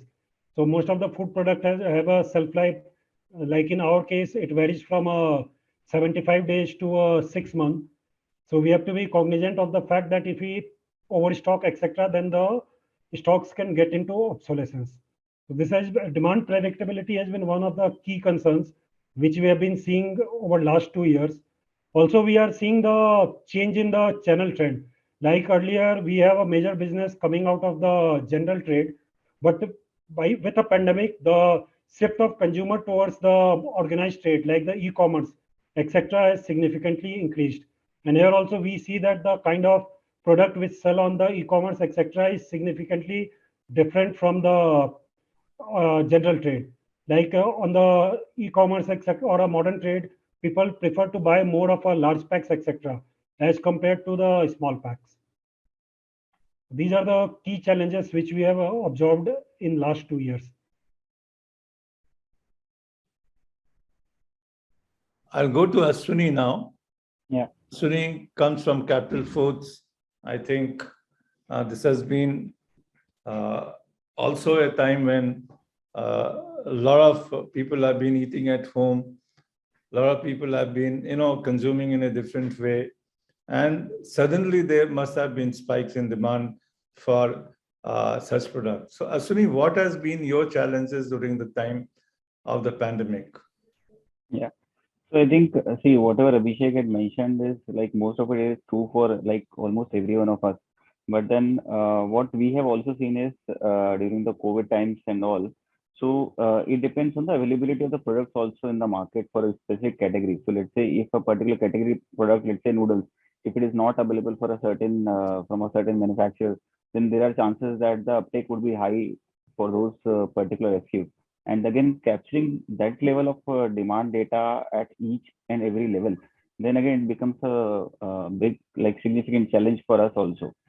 So what we are currently doing is like we are trying to gauge what is going to be the demand pattern at a let's say at a super stockist level, and then again we are going to tie it up at a distributor level or at a retailer level, and then that is like when we are working upstream, so that we are able to capture what is the going demand trend which is going to be there in the market, and based on that we can plan all our products accordingly. So this is like one big challenge. Second thing, what we have also seen is, let's say, because there are so many restrictions around. So even in like if the malls are closed, then again the volume of the modern trade would go down. If again there are restrictions in certain markets, the GT sales would also be getting impacted. And again, the corresponding volume may or may not come to us in a different channel. So it's not always a zero-sum game that if we lose something in GT, we can cover up with MT or we can cover up with e-com. So, and the shelf life or the requirements would of different channel would be different. So let's say a modern trade takes a SKU which is having a 75% balance shelf life. GT may take something which is even like 60% remaining shelf life also. But then again, if the demand pattern is different for different channels, then again it is very critical for us to look at each and every depot, channel, SKU level combination, and then plan accordingly. Thank you, Ashwini. Amir, what are your observations on this? So let me first take all of you through this particular, challenges during the pandemic. Hi, can you hear me? Yeah, we can hear you. Hi, good afternoon, everyone. It's my pleasure to be there amongst you and share my thoughts and also learn from you. So coming to the challenges with respect to volatility, how it has been impacted with pandemic. So let me just take a step back.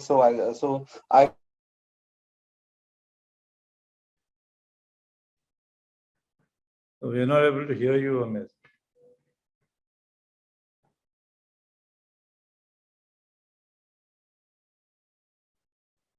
I think it's frozen, so we'll take this to Manoj. Hi, Manoj. What has been your observation on the overall supply chain planning during the pandemic, and what are the areas of change that is over the past, which were not essentially the same as it is now? Okay. Thank you, Dr. Singh. I hope I'm audible. Yes. Hi. Amir, I'll come back to you now. Sure. Okay. So coming from non-food supply chain to food supply chain, I think in our mind, food supply chain starts from farm and ends to the plate, right? But we are, as you said, I mean, our visibility is up to distributors as of now.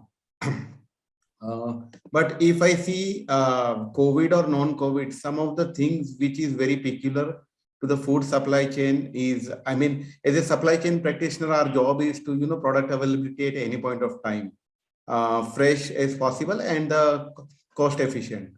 But food poses a challenge in terms of, base material is the agri material, which is a huge variability. There are specific conditions of transportation storage at every node of supply chain, be it our warehouses, be it our plants, be our suppliers' plant, right? So it requires FSSAI license, fumigation, rodent, etc. Food also poses a challenge in terms of very high unorganized sector competition. While we try to brand our product, package our product, but there is always an element of unorganized sector there. Another specific thing is onus is on us as a principals, right, for our products compliances. We also run the ambient versus cold supply chain and expiry, and somebody talked about 3 months to year kind of expiry, and you add to that the modern trade or e-com channel asking 70% balance shelf life. So these are all issues with the food supply chain. Okay, and finally, I think food products are consumed by human.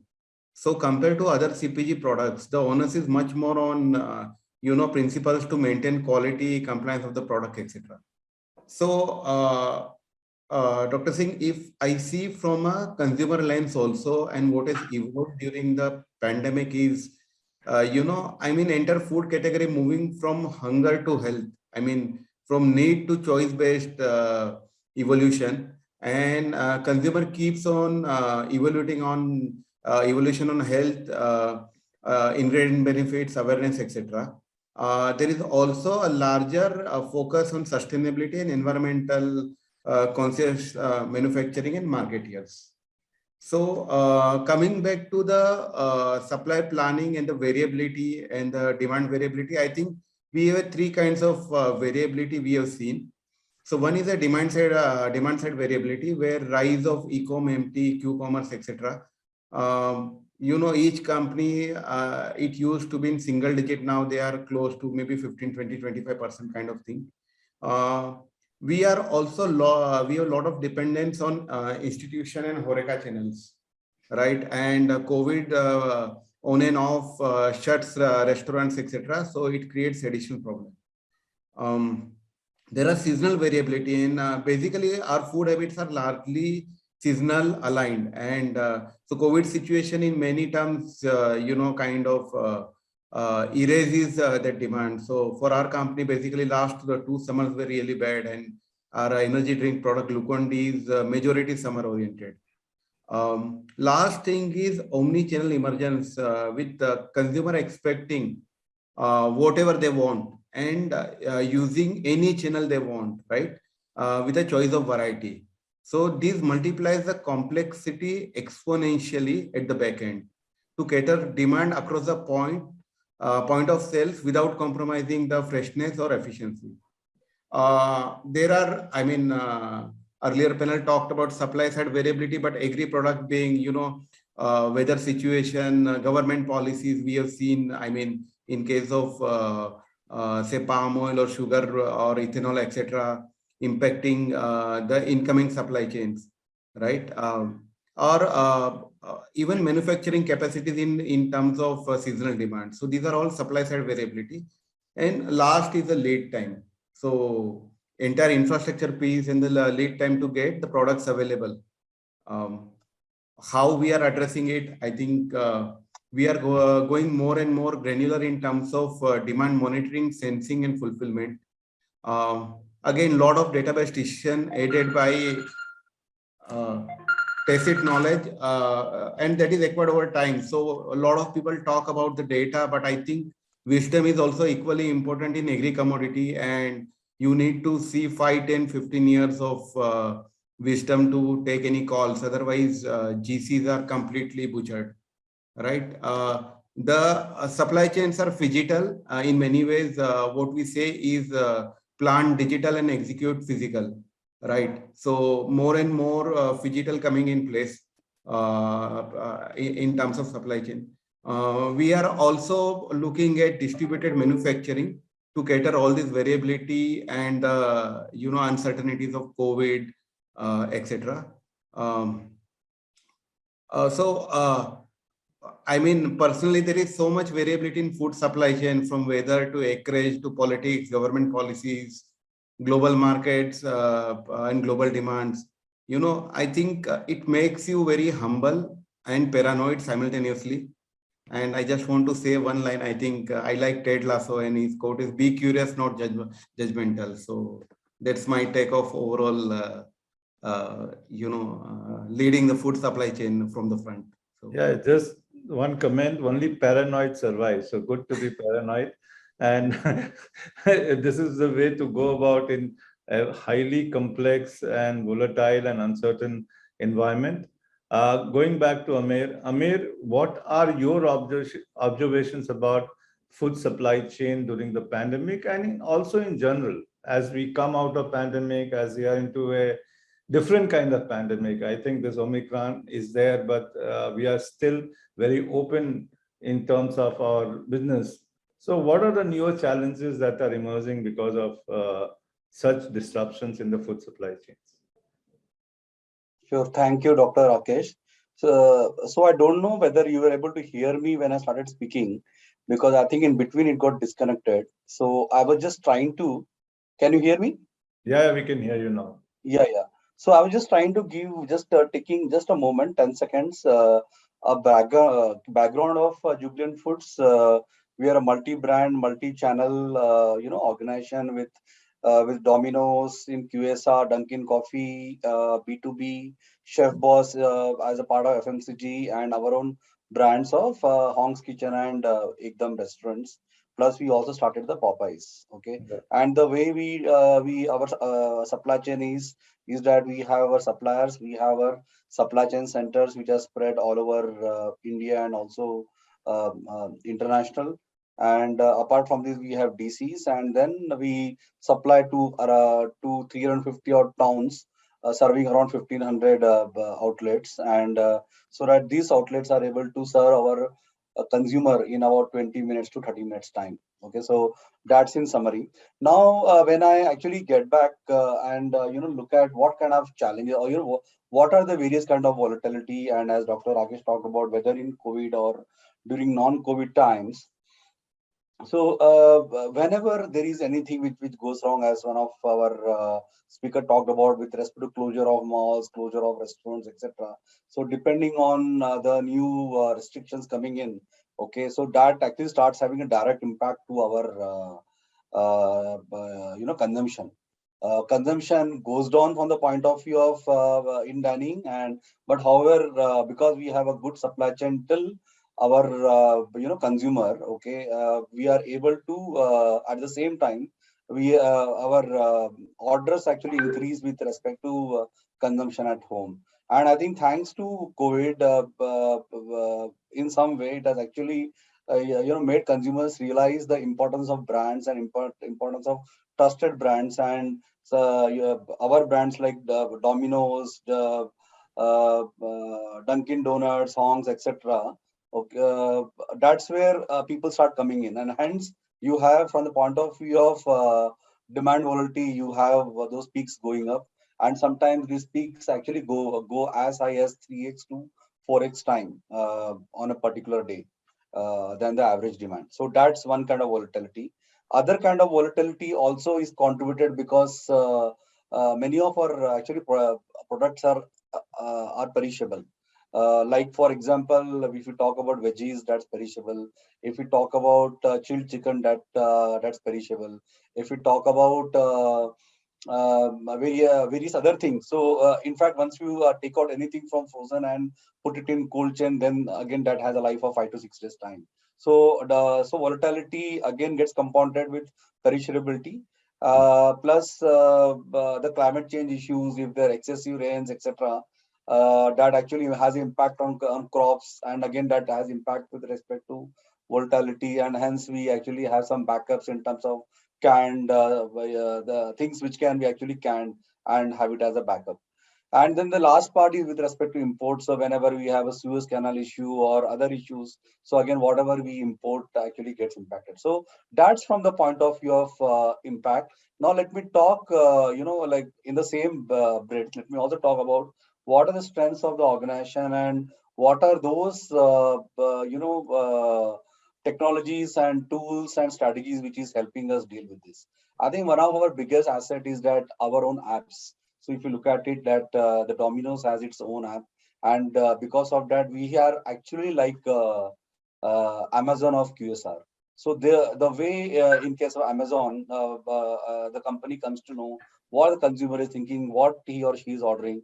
So because of thanks to our app, we are able to directly reach our consumer, and we know what he or she is ordering, what are their preferences, and accordingly that actually helps in terms of doing demand sensing and be able to be responsive towards what's happening. And this is not just about apps, it's also about the POS, which is the point of sale. All our supplies is actually at our stores. So again, POS, we are able to capture the the sales and be able to flow it back into the supply chain in terms of what's happening. That also has a problem that we can't rely on inventory. So with respect to our FG inventory, we hardly have any inventory, and hence we need to keep on supplying our consumers fresh products. So that's one strength, which is our apps, and having knowing what our consumer is thinking and what is wanting. And then from there, we have been able to use AI and ML to be able to create auto indenting solutions, so that when we supply to our stores every 2 days, 3 days, okay, we know what stocks are there, what stocks, and we know what is the historical sales. History means not a month back, but then history means what was the 1 day before sale, 2 days before sale, what kind of promotions we are running, and hence what do we need to supply to stores so that we are able to maintain those fill rates. And believe me that in spite of having these, our fill rates are 99.5. Okay, so that's the way the fill rates are. So that's one thing with respect to demand sensing, with respect to using AI and ML. Now, I think one thing which is much, much bigger than all of this is deciding what kind of supply chain you want to have. You want to be an efficient supply chain, you want to be an agile supply chain, or you want to be a very responsive supply chain. So I think taking the decisions, because those decisions are again different for our different kind of products. Okay, for a FMCG like a Chef Boss, we have a different kind of supply chain.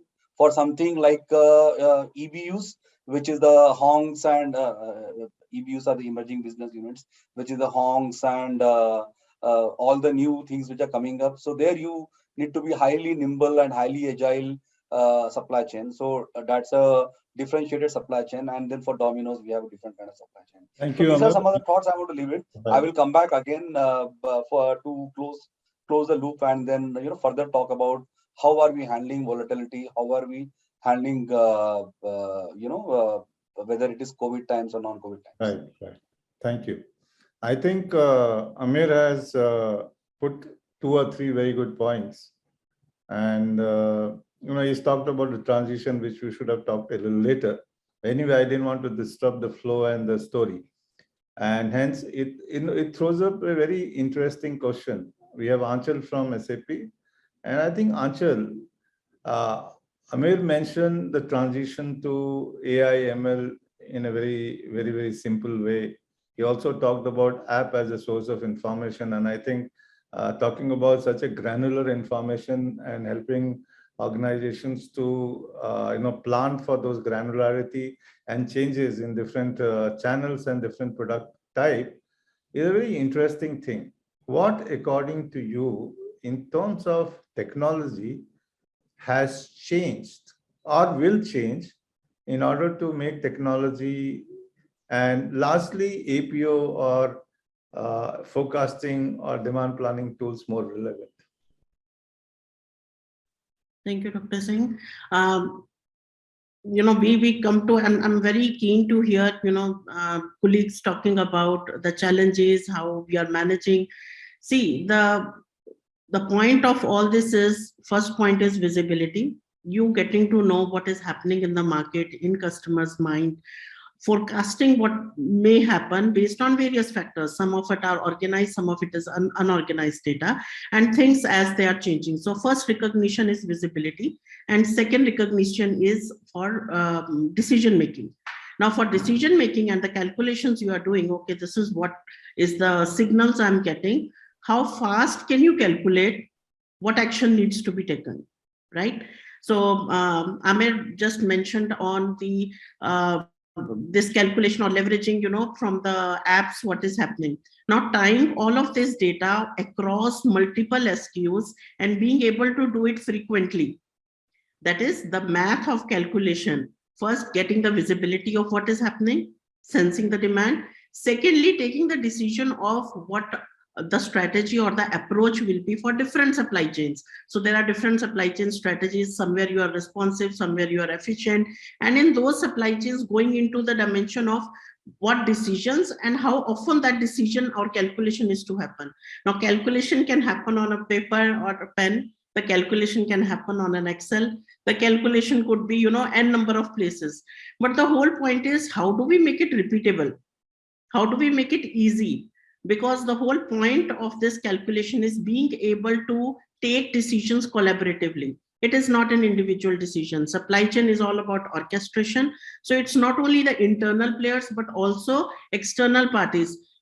Plugging in point of sale data to sense demand, right? Plugging in weather information, plugging in any insights available from external, like if you're collaborating with likes of Zomato and Swiggy for delivering the food products.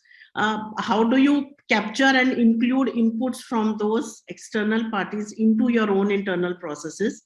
And on the other end, being able to check not only your plants, but what suppliers can do.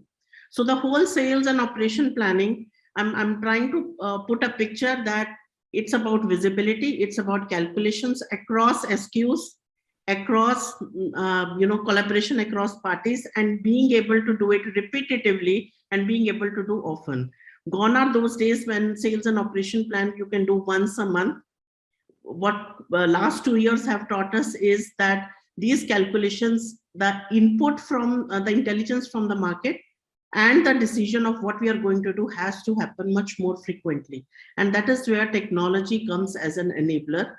How do we make planners? And the interesting part here is we need the power of AI ML tools. We need the power of algorithms at our disposal, but in a easy, consumable way.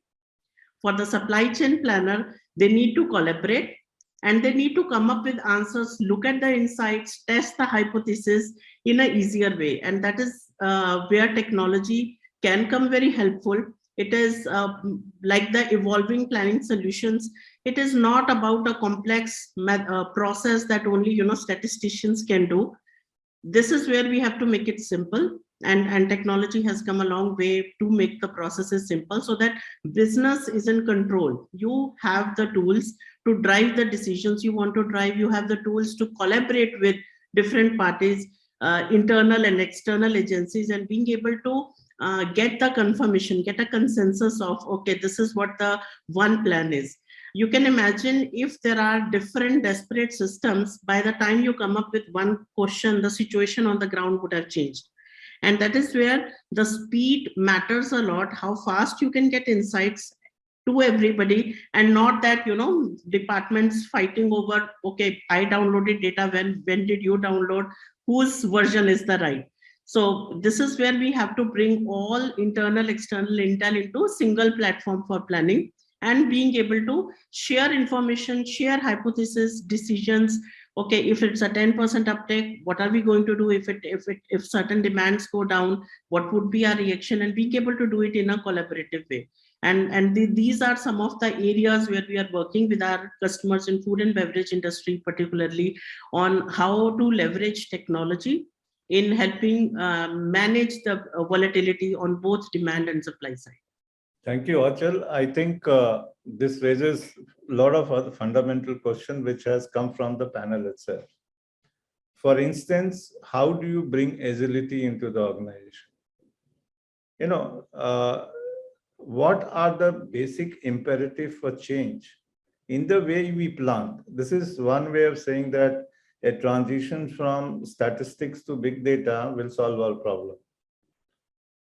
I think to add a little to your statement, I would say that testing hypothesis was under the statistics methods. Now you are getting AI ML, as Amir is saying, where you definitely get the pattern and you build hypotheses based on data. So obviously it's a very good exercise to go ahead with. And that transition has to happen. But how do you bring agility? How do you bring visibility? And how do you bring resilience into your planning systems? Because even MIML is of the past, that's tomorrow. And as Amir says, there's a spike of 3 times and you're dead. That does not have a pattern with the Wednesday of Wednesday. Maybe a Tuesday of Wednesday is same as the Friday of Saturday. I don't know how it happens. So how do you build this agility into the system? I think over this period, as a professor, what I've been seeing is that people have been talking about a lot of different planning approaches. I won't name them, but they do have a lot of saying that, can we look at old MRP from a new lens? And one of the biggest critique of MRP has been this basics of, you have this weekly buckets. So the 4th bucket is heavy, or if you have quarterly, the last month is heavy. Why? Where are you planning then? And are we free of this particular buckets? And why have you done this? Even now, some companies stick to it. So I'll go to Manoj first this time. Manoj comes from Zydus Wellness. As I said, the glucose in summers has a very different thing. I have another friend, Umesh, would say that in summers, the beverages and cokes will be sold. But how do you plan for them in those periods when the volatility rises and you need to be agile if there is a demand from one market or another market? Yes, Manoj. Yeah, so thank you, Dr. Singh. So actually, as I said, that data is definitely input, but we also thrive on a lot of wisdom over years, right? And, it's for a seasonal brands like us, where you do the thousands of tons of single product and availability of that product is, it really matters because it should be available at that point of time. There are multiple approaches. So one is what we say fixed versus flexible approach, where certain based on our wisdom, our tacit knowledge, we say that this is a means itna to biki jayega season mein, and that becomes a fixed one, right? And of course, if there is science behind it, heuristics, intuition, whatever you want to say, but I think this is what we follow. And then there are flexible capacities.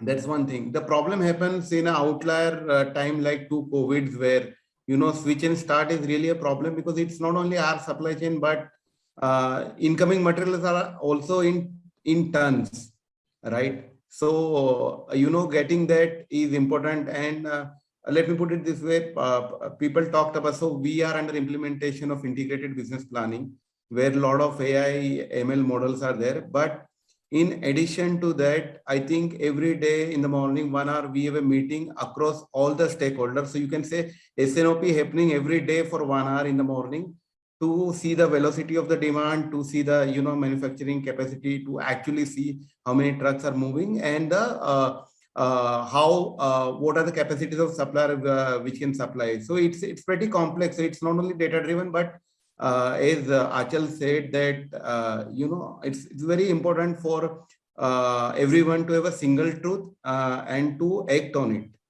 So while incoming data is there, but acting on the same is very important. And still there are, variables out of your control. I mean, if COVID starts, then you can't do anything and then you have to stop everything. So, I mean, there is no one right answer, I will say, but only thing is, as I said, you should be paranoid and you should be agile. I mean, that will help you to win the battle in the end. These are easiest safeguard for us, agile and paranoid.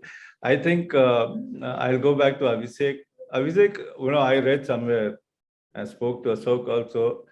I think in the beginning, you all went for a big packs and then suddenly you all came back to the smaller packs. And this kind of volatility, even in terms of demand changes during this 18 months would have been a really difficult to manage scenario. How was this managed in a very agile fashion? Because what I hear is that some of companies like this have done amazingly well by what Manoj is talking about, having a war room like IBP. It's a war room like IBP, right, Manoj? So how have you all managed this? So here also what we have done, we have been more agile in terms of the demand sensing.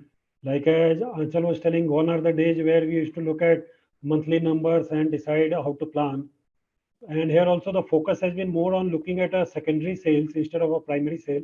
By secondary sale, I mean distributor to retailer, which gives you the real idea of the offtake in the market, what the consumer is buying. So instead of looking at a monthly secondary sale, we went down up to a weekly level where you used to look at how is the offtake happening from the distributor to the retailer on a weekly basis. And that used to give us a fair sense of how the trend is happening, whether the large packs are moving more or the small packs are moving. Like in the beginning of the phase 1 of the COVID, where we had a lot of production capacity issues also because of the disruptions on the supply side, like labor was scarce. So there also our focus was more on producing the large pack, because what we saw that the consumers was also buying in bulk.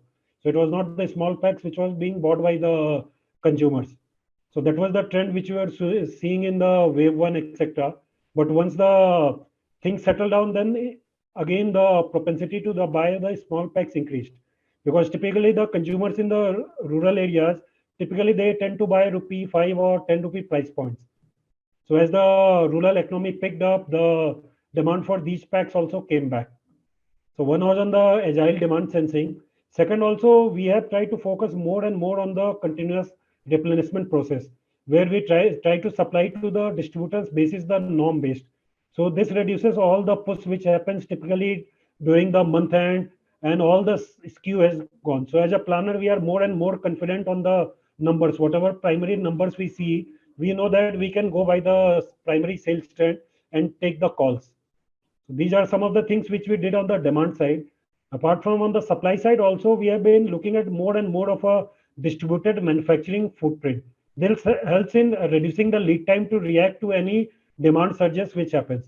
So if you see in all the major clusters, we have local factories which produce the staples, and we can supply in a day or two, even if there is any demand surge. These are some of the things which we did both on the demand side and supply side to manage the volatility. I think that's interesting because the paradigm shift with GST was that we will centralize the factories and distribution system, and we have gone the other way around of decentralizing it to be more agile. What also you brought about, Abhishek, is interesting is that you disguisedly talked about lowering lead time, being replenishment, savvy, which means essentially DDMRP, right? In a way, demand-driven MRP, where you try to reduce the lead time and synchronize your supplies according to that. Maybe one way is to relocate your factories or decentralize the factories. I think how many of us believe that that's one of the way of managing volatility? Because somehow, as I see it, a MRP where you have a huge, big manufacturing and procurement lead cycle, lead time, plus the distribution lead time. Sometimes, often it happens that your customer tolerance time is less than this particular cycle, and you have this, to have all this, as I said, you have these weekly buckets and all those things. To a situation where designing supply chain also becomes a very important aspect of planning. And that adds a lot of agility to the whole process. So I'll ask Ashwini on this, if he has any say on this. Yeah. So, see, first of all, I would like to just add more to what like other speakers were saying, mainly on the forecasting part. So I think, see, if you look at, forecasting is going to be wrong. So you cannot rely on forecasting completely. And that is wherein your agility comes in to picture. So what we are actually doing is we are trying to look into the factors for a specific depot. Let's say what is going to be the sales queue. So like you also mentioned that generally week 4 is on a heavier side. So there will be a sales queue 40 to 50%, which primarily is there in the general trade. And so we look at what is going to be the sales queue for each warehouse for different SKUs. We look at from which particular location we are supplying that particular SKU. So because in our case, the majority of manufacturing happens in West and North. And so we need to look at what is going to be a transit lead time, what is going to be a truck building lead time for that particular SKU, and what is going to be a sales queue. So these are like certain factors which we look at.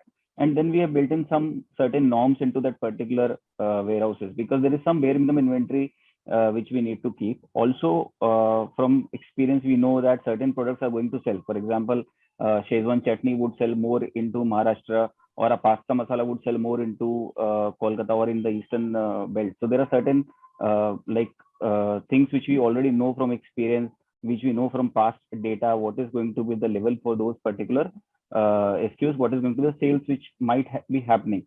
So this is going to be like kind of a bare minimum thing which we put into the depots, kind of a bare minimum inventory, which is with which we are able to cater to the customer demand. Now on the backside, what we do is, see, if you look at in terms of overall forecast, that the primary purpose of the forecast is to plan the raw material and the manufacturing capacity. Now this is wherein the replenishment comes into picture. So because there will be some region or some depot which will be selling lesser for a certain SKU, there will be some depots or certain regions which will be selling higher for that particular SKU. So net, if you look at the overall demand may or may not exceed too much if you look at it at a consolidated or at an aggregated level. So that is wherein the replenishment comes more, because what we do is we have decided norms in number of days. It's not in number of like cases. So what happens is, since there will be a variable forecast in different months, and the norm quantity will change depending on the forecast for that particular month, and you keep on replenishing as per the norm quantity to the depots, so that you are not exceeding. Also beyond a point you don't exceed, and you have factored in your supply lead time to that particular location also, because there is certain stock which you really need to keep into the system.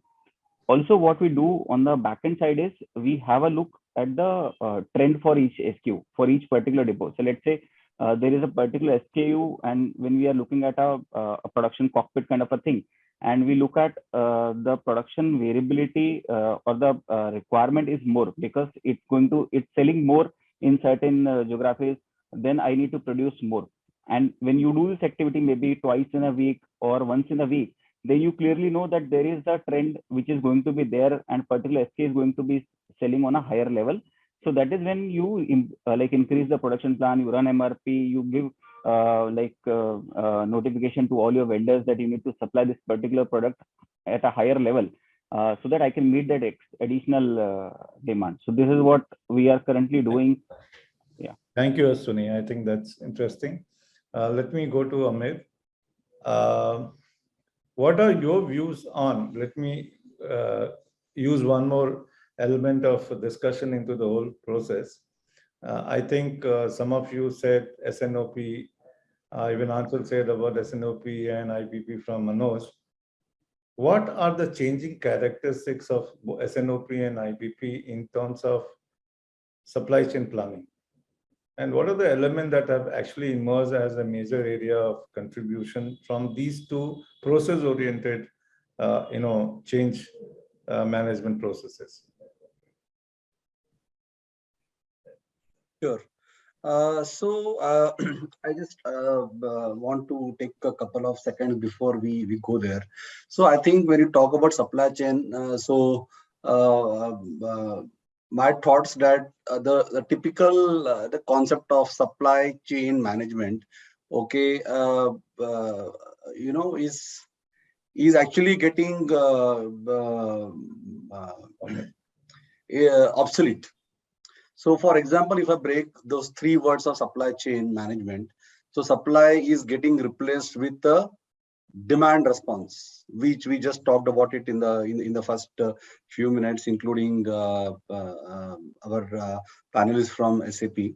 Okay, so it's not about supply anymore. It's about how are you, understanding demand, how are you planning for the demand, and how are you servicing that demand, and various tools and various processes and various technologies which are there, including what we just talked about, whether with respect to apps, whether with respect to AI, ML, etc.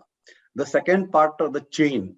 So again, a traditional supply chain management was a linear thing. Like you have plan, then you have source, then you have manufacture, then you have supply, and then you have the distribution part. So again, that is entire the chain has not is again getting obsolete. Now it's all about network. And why I'm trying to talk about the importance of network also is, while we keep talking about resilience, while we keep talking about redundancies in these times when there is some state in lockdown, there is some some issue of climate, there is some issue of international logistics, etc., etc. So there is huge amount of volatility both on the supply side also and on the demand side, and hence we cannot just put the entire stress on a line. And hence it's very important, and I'm going to spend a couple of minutes over here, and it's very important to build a network which is not just a linear network, but it's actually a network. So for example, if you have a issue at one location, or if you have issue with respect to one material, there should be a way of alternatively sourcing it from some other ways. So now, while we talked about breaking those buckets from a monthly to weekly, but if you look at Uber is doing a complete this thing on a minute by minute basis. You are doing synchronization of demand and supply on a every minute or maybe every second, and then trying to balance it out. So similarly, when we talk about a network, it's about if one site is down, either today it's COVID, tomorrow it is something else. Okay, while it's important to take care of safety of people, and while taking care of it, if because of government regulation, because of the safety of the people, one site is down, there should be a way to be able to service that market, assuming it's open for service through other network, through other locations. And it has to be done. And I'm talking about here a lead time of a few hours. I'm talking about something, wherein we have the shelf life, which is just 2 or 3 days time. So that's where is that shifting gears from a linear network to a multiple, connected network. It may not be just in the, it is in the form of network organization, in terms of the organization structure, in terms of, the supply network to service, etc. So that we are able to have we are able to build a resilience. And then here again, we will need all of those tools in terms of the end-to-end visibility, whether it is the inventory, whether it is the supplier level inventory, whether in terms of having additional suppliers to take care of those redundancies, etc. So that we are able to map, track, and then say where to supply what. And the last part which I want to talk about was we talked about supply, then we talked about chain, and then the management part. So I think now management is getting replaced with smart leaders. And when I talk about smart not just mean in terms of intellect, it's in terms of whatever, again, we talked at the beginning, whether it's using of the BI dashboards, is using of the digital tools, is using of the AI, ML, etc. So that we are able to not just manage, but lead and do it in a smart manner with the smart tools. So that's what I would like to respond to this thing with respect to planning, because planning shouldn't be looked as just a planning function, but planning from the point of view of real planning. And a real planning is all about designing the right supply chain network, designing the right organization, and designing the right processes. Thank you, Amir. I think that's quite, interesting, and that's what is happening around the board. Though one may disagree that everything is smart and it can be used, organizations themselves have their own politics, and hence managing change as a process is a very important imperative of getting, the numbers agreed upon even after the dashboards. I think large number of organizations which are using AI/ML also needs a very strong organizational architecture or agility to implement that. So this is where the importance of SNOP and IBP can come in. As we have run out of time and we have only Anchal to speak, I will go back to Anchal. And Anchal, what are you seeing as a technology for planning in future? Because one thing is very clear, everybody has made it so simple that supply chain will be so visible, everything you can see on the sub-control towers, and then there is no need for planning. I think that's too simplistic, too truistic, and hence there is a need for understanding the use of technology in organizational orchestration of planning and execution too. Right, Dr. Singh. You earlier mentioned regarding MRP, right? Yeah. And I could see your expressions when you talk of MRP, just throwing it in buckets and the last buckets. See, in way of calculations, in way of business processes, we have come a long way from that static MRP. Static, isolated planning doesn't work. Planning purpose, I think one of our panelists mentioned earlier, right? Plan digitally, execute physically. So the purpose of plan is what? To respond to what is changing, right? It could be my supplier problem, issues in plant, labor availability, truck availability, or on the other side on demand, how the patterns within the product mix and channel mix are changing. Now, in order to, when we are trying to match this supply and demand, it is not about just a plan once in a while. It is like a almost daily plan and being able to take action in real time. Now, here planning is not in isolation. It is not something that I feed a data, I get a result and my work is done. It is the success of planning lies in how well you are executing it. How are you getting the data from demand, and how are you acting on while you pass it over to the next downstream? And like Amir mentioned, it's not a static line, it's a network, and there are loops in between. If there are issues, you're in midterm, you have taken a position, you pass it on to the plants, but plants have a separate input on it, or the situation has changed. It is not that, okay, I gave demand, my work is done. It is also getting the loops back, the feedback back into the plan, saying, okay, if this is the, like in different horizons, in near term, what is the sense demand, and in near term, what are the confirmations I have, what is exactly happening in the plant, and being able to now take a dynamic decision on what will I do today, or, I was about to say this week, but it's not about this week. It's what do we do now? So that is where we are not looking at planning as an isolated single calculation done separately, but as a part of whole fabric of business processes, where right from an order comes in, forecasting is one part of it. And you mentioned DDMRP, I'll just revisit it in a minute. But right from when an order comes in, where can you service it from? Once you have given a confirmation that, okay, I can service it from so-and-so DC, being able to replenish that DC in real time and being able to check on your manufacturing plan or the master production schedule on, okay, this is what is the change has come in and this is what we are going to do next. So this mapping, how it has evolved over time is, it is not static, it is now dynamic, and it is connected. It is connected with your enterprise, where upstream and downstream processes are aware of what is happening, and it's a living calculation. So that is one way it has hugely, transformed from erstwhile MRP, when throwing things into weekly or daily bucket was the only planning we did. Now it is real time we are talking about. The second part is supply chain strategies, right? For certain supply chains and certain categories of product, by the nature of market, you cannot forecast.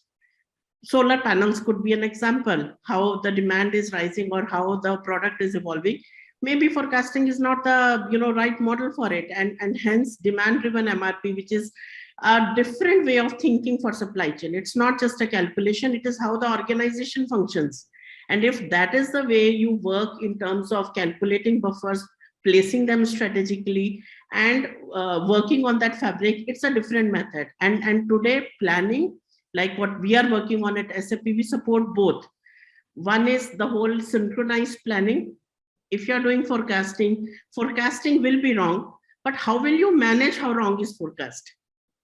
How would you calculate how off you are and be able to correct it? So it's not that we rely on forecast blindly. At the time of deployment, at the time when you are ready to dispatch goods, you are sensing the demand again, you are doing calculations again to make sure you're stocking as per the agreed norms. Even how those norms are calculated are based on powerful algorithms today. So that is if forecasting works for you, we can make it that forecasting also judge the error and have enough safety measures in place that we are not blindly following forecast, being able to correct it later on. And the second stream, if demand-driven MRP is the philosophy at which your organization works, today, technology-wise, we offer both.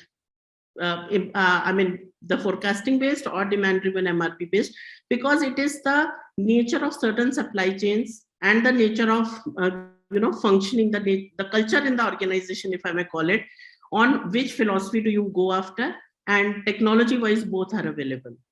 So, Dr. Singh, just to summarize, planning has evolved, planning is connected and simple to use.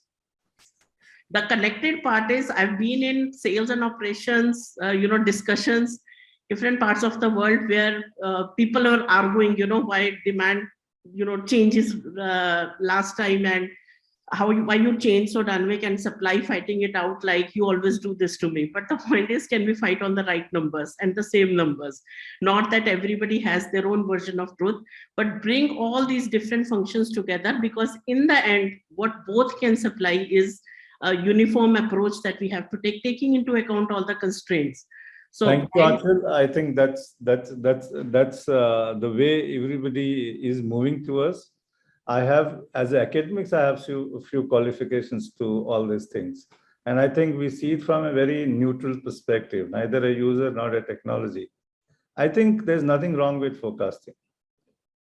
If what Amir said was an efficient product, I can forecast very well, even during the current festival season. I can then look at the scenarios of pent-up demand. I can look at the scenarios of, the kind of increase in income as soon as you resume work, and I can do a scenario planning and do it. I think it is very imperative for people to realize, as he rightly said, what is the right supply chain forecasting for your product? You have different kind of product. Secondly, once you have the forecast as a baseline, how do you sense demand? And you don't sense demand just by orders, because that's what, true demand or truth of demand is what DDMRP. You sense by understanding your overall business dynamic, variability understood, all root cause analysis done. And this is why AI and ML comes in. And I think for all of you, you have a huge long tail. You can't forecast even by connected planning. That will be too distinct. So you need to do some forecasting with AI, ML, using your probability this thing to know intermittent demand. If you are in a product which has an intermittent demand in a week as a spikes, you can definitely use forecasting and probabilistic. I think there is a need to understand three things. Forecasting is the baseline. True demand sensing along with root cause analysis adds insight into it. And technology brings visibility and insight into it. And I think putting all them together to a very well orchestrated IBP process where you do a complete understanding of a portfolios, how it's changing based on all these data. You do a kind of a demand planning review, all insights, all analytics to understand what it is. You marry it with supply chain constraints and flexibility required, do a management reconciliation and let the finance reconcile it. Otherwise, finance will have a currency view, you reach there in your debt. Sales will have a pipeline view and supply chain will have a service view. So I think there is a need, and I think this is what I say, there's a need for a larger orchestration and synchronization of the supply chain teams along with other teams. So thank you very much for such a illuminating thought process. I think I thank all of you to help us to put thought-provoking webinars and town halls, as we call it. So thank you.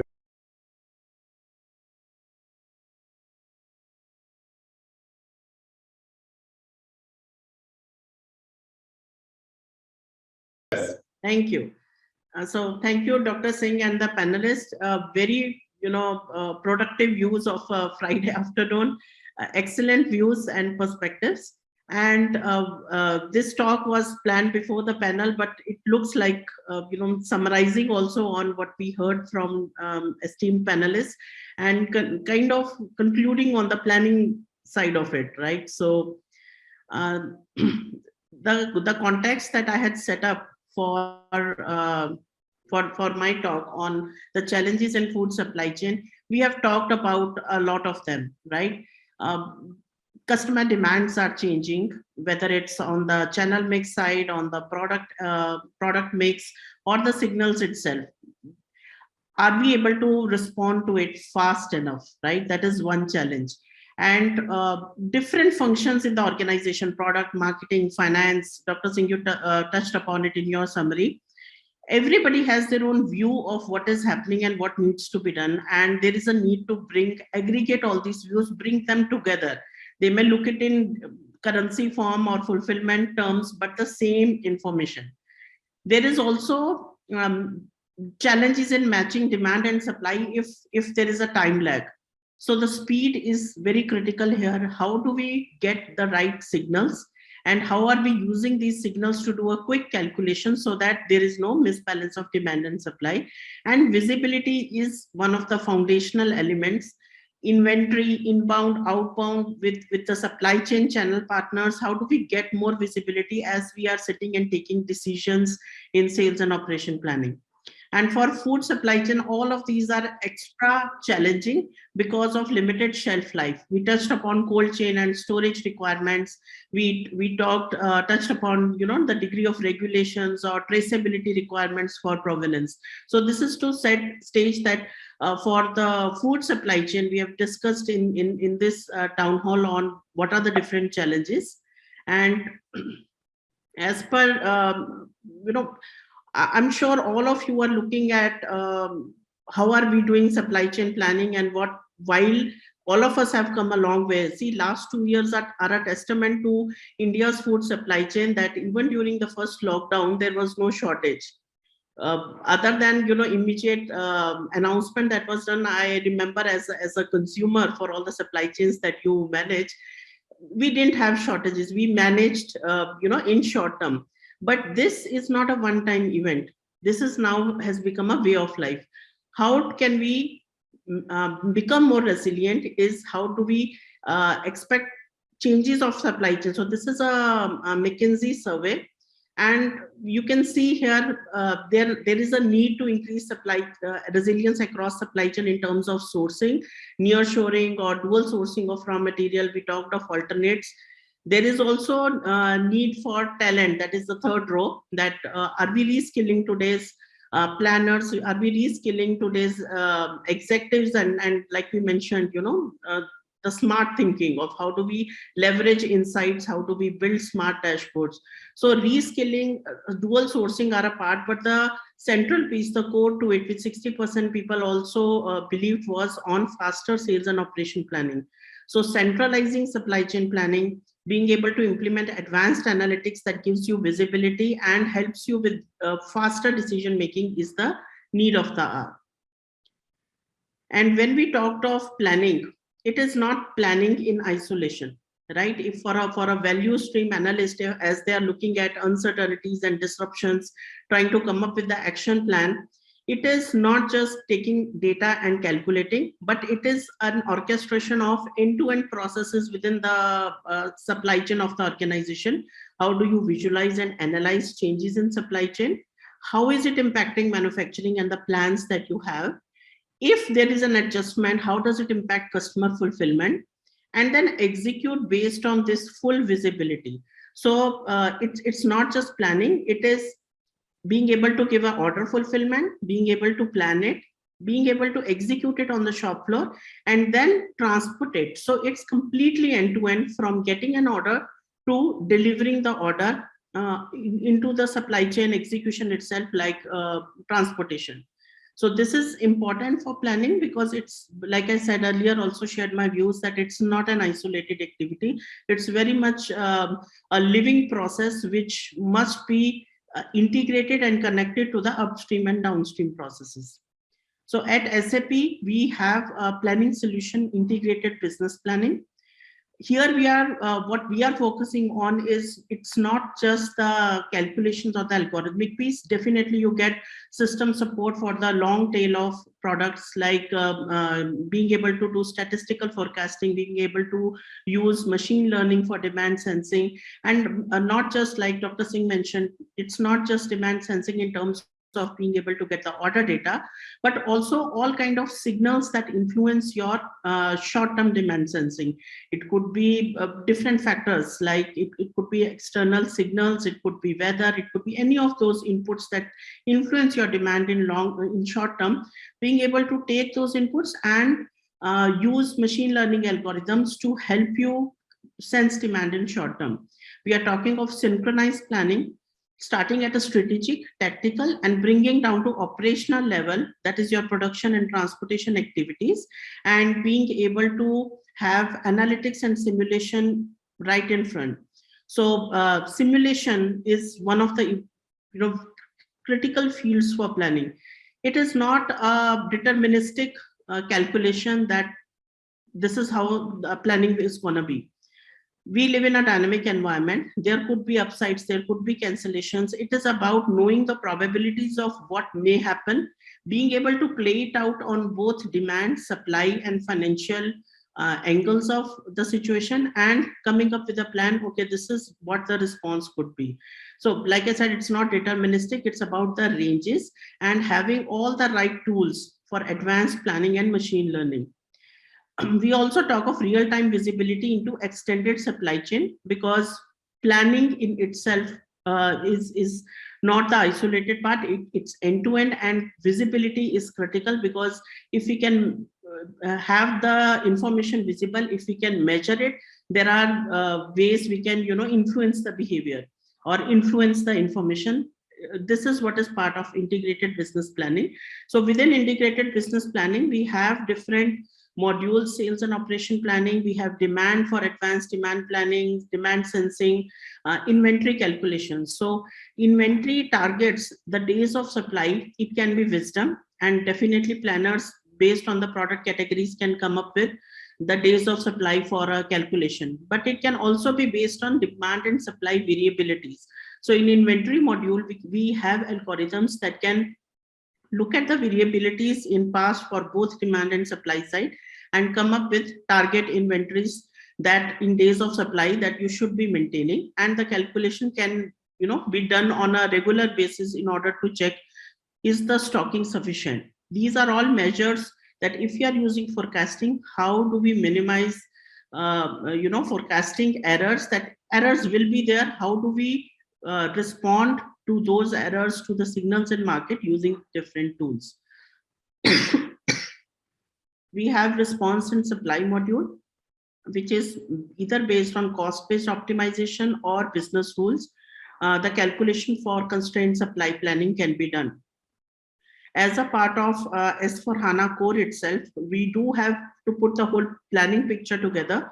We have available to promise, that is helps with the order promising, detailed scheduling in the plant, and this interloop between synchronized planning is being able to plan in the midterm plan, but also synchronize it with short term as we move towards execution. These are some of the few examples from food and beverage industry. These are some of the global players who use integrated business planning. And we, other than food and beverage, consumer goods, we are using supply chain in 30 industries. 9 out of 25 Gartner top supply chains use IBP. And last 2 years, we have seen tremendous growth in the planning adoption itself. Today, there are more than 1,000 customers world over using integrated business planning. Some of the names I've mentioned as examples. Now, in terms of stories, right, just wanted to share with you 2 or 3 stories for supply chain planning using IBP. All of us have consumed Lean. I'm a big fan.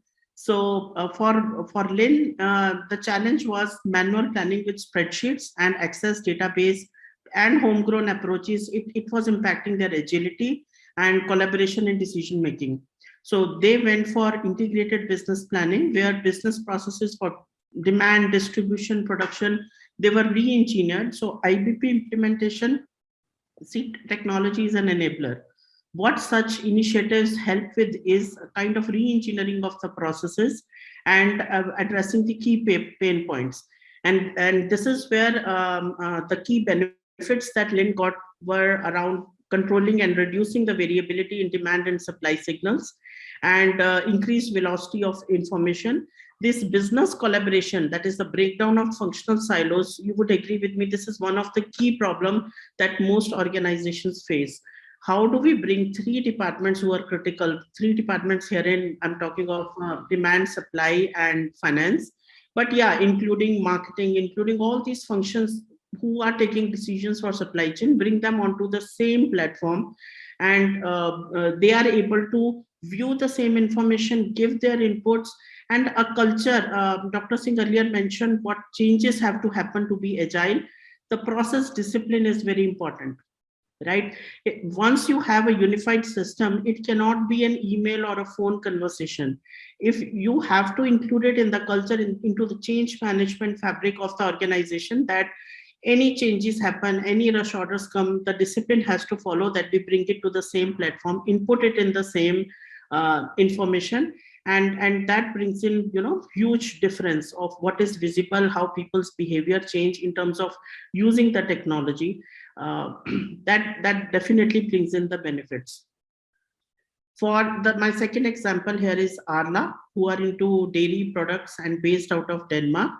And for them, demand sensing was one of the areas where they were looking at support from technology in terms of improving the process.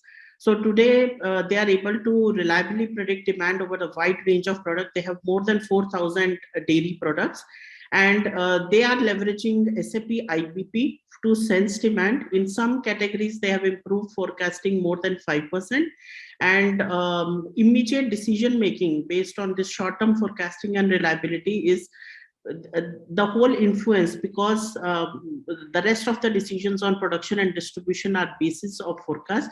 This short-term demand sensing hence becomes very critical. My third example is Orkla. If they are based out of Norway, they recently acquired MTR in Bangalore. So Orkla, they were able to do a proof of concept in 5 weeks and implement the solution in 14 weeks. And one of the key benefits that they have achieved out of IBP implementation is 14% increase in forecast accuracy and 27% reduction in waste related to product past shelf life. So we talked of visibility, right? So the multiple dimensions that we all discussed today in terms of provenance, in terms of bringing in the visibility of what shelf life is remaining, how do we take shelf life information into this into the decision making for distribution decisions as well, right? So all this information they're leveraging out of SAP IBP. I missed to mention earlier the whole adoption success we are also seeing for integrated business planning is because of the usability. This is a solution using web-based interface and Excel interface. It's a new ribbon you get on top of the Excel file. So for a planner, it's not a learning curve that they are learning something new, but more of the familiar Excel front end with the power of all algorithms, unified platform supporting them at the back end. So for Orkla, they the key benefits, the challenges that they had were related to collaboration, manual efforts, and the decision making was slow. All the issues that we touched upon in this forum today. And with IBP, they now have a cross-company planning platform where they have increased automation across business functions and able to implement processes for individual brands in just 4 months. So, and this is an implementation I'm talking of with 100% remote implementation during COVID. So not just us, it is, world over, different supply chains have faced similar challenges of how do you do it fast, how do you stay connected, how do you leverage all these variables and incorporate into intelligent planning. And these were some of the global customer stories that I wanted to share with you. Just to summarize, we in the procurement panel, we touched upon sustainability, right? In everything we do, I'm sure all of our, the panelists are from organizations, everybody has taken commitments on sustainability. So better demand and supply matching itself has benefits to reduce emissions, waste, and use of resources. You would agree with me, if you are able to plan better, we avoid secondary transportation. There is, therein lies savings for the organization, plus emissions, extra product handling is avoided. So this is just to reiterate that yes, planning, how we do it, how efficiently we are able to match what is changing, how are we able to be responsive to it, not only helps our organization in terms of fulfillment and cost, but also helps in terms of sustainability. We are within IBP also, we are working on features like product footprint integration into IBP, so that when planners are doing planning, they're able to monitor and analyze emissions and work on targeted resolutions. Even when we look at alternate supplies or alternate plans, while we are looking at, if there are constraints and not able to meet it, how do we bring in this information or the part also, so that the decisions that we take are more conscious in terms of resource consumption, the emission allowance, and take these scenarios into consideration while we take decisions for the supply.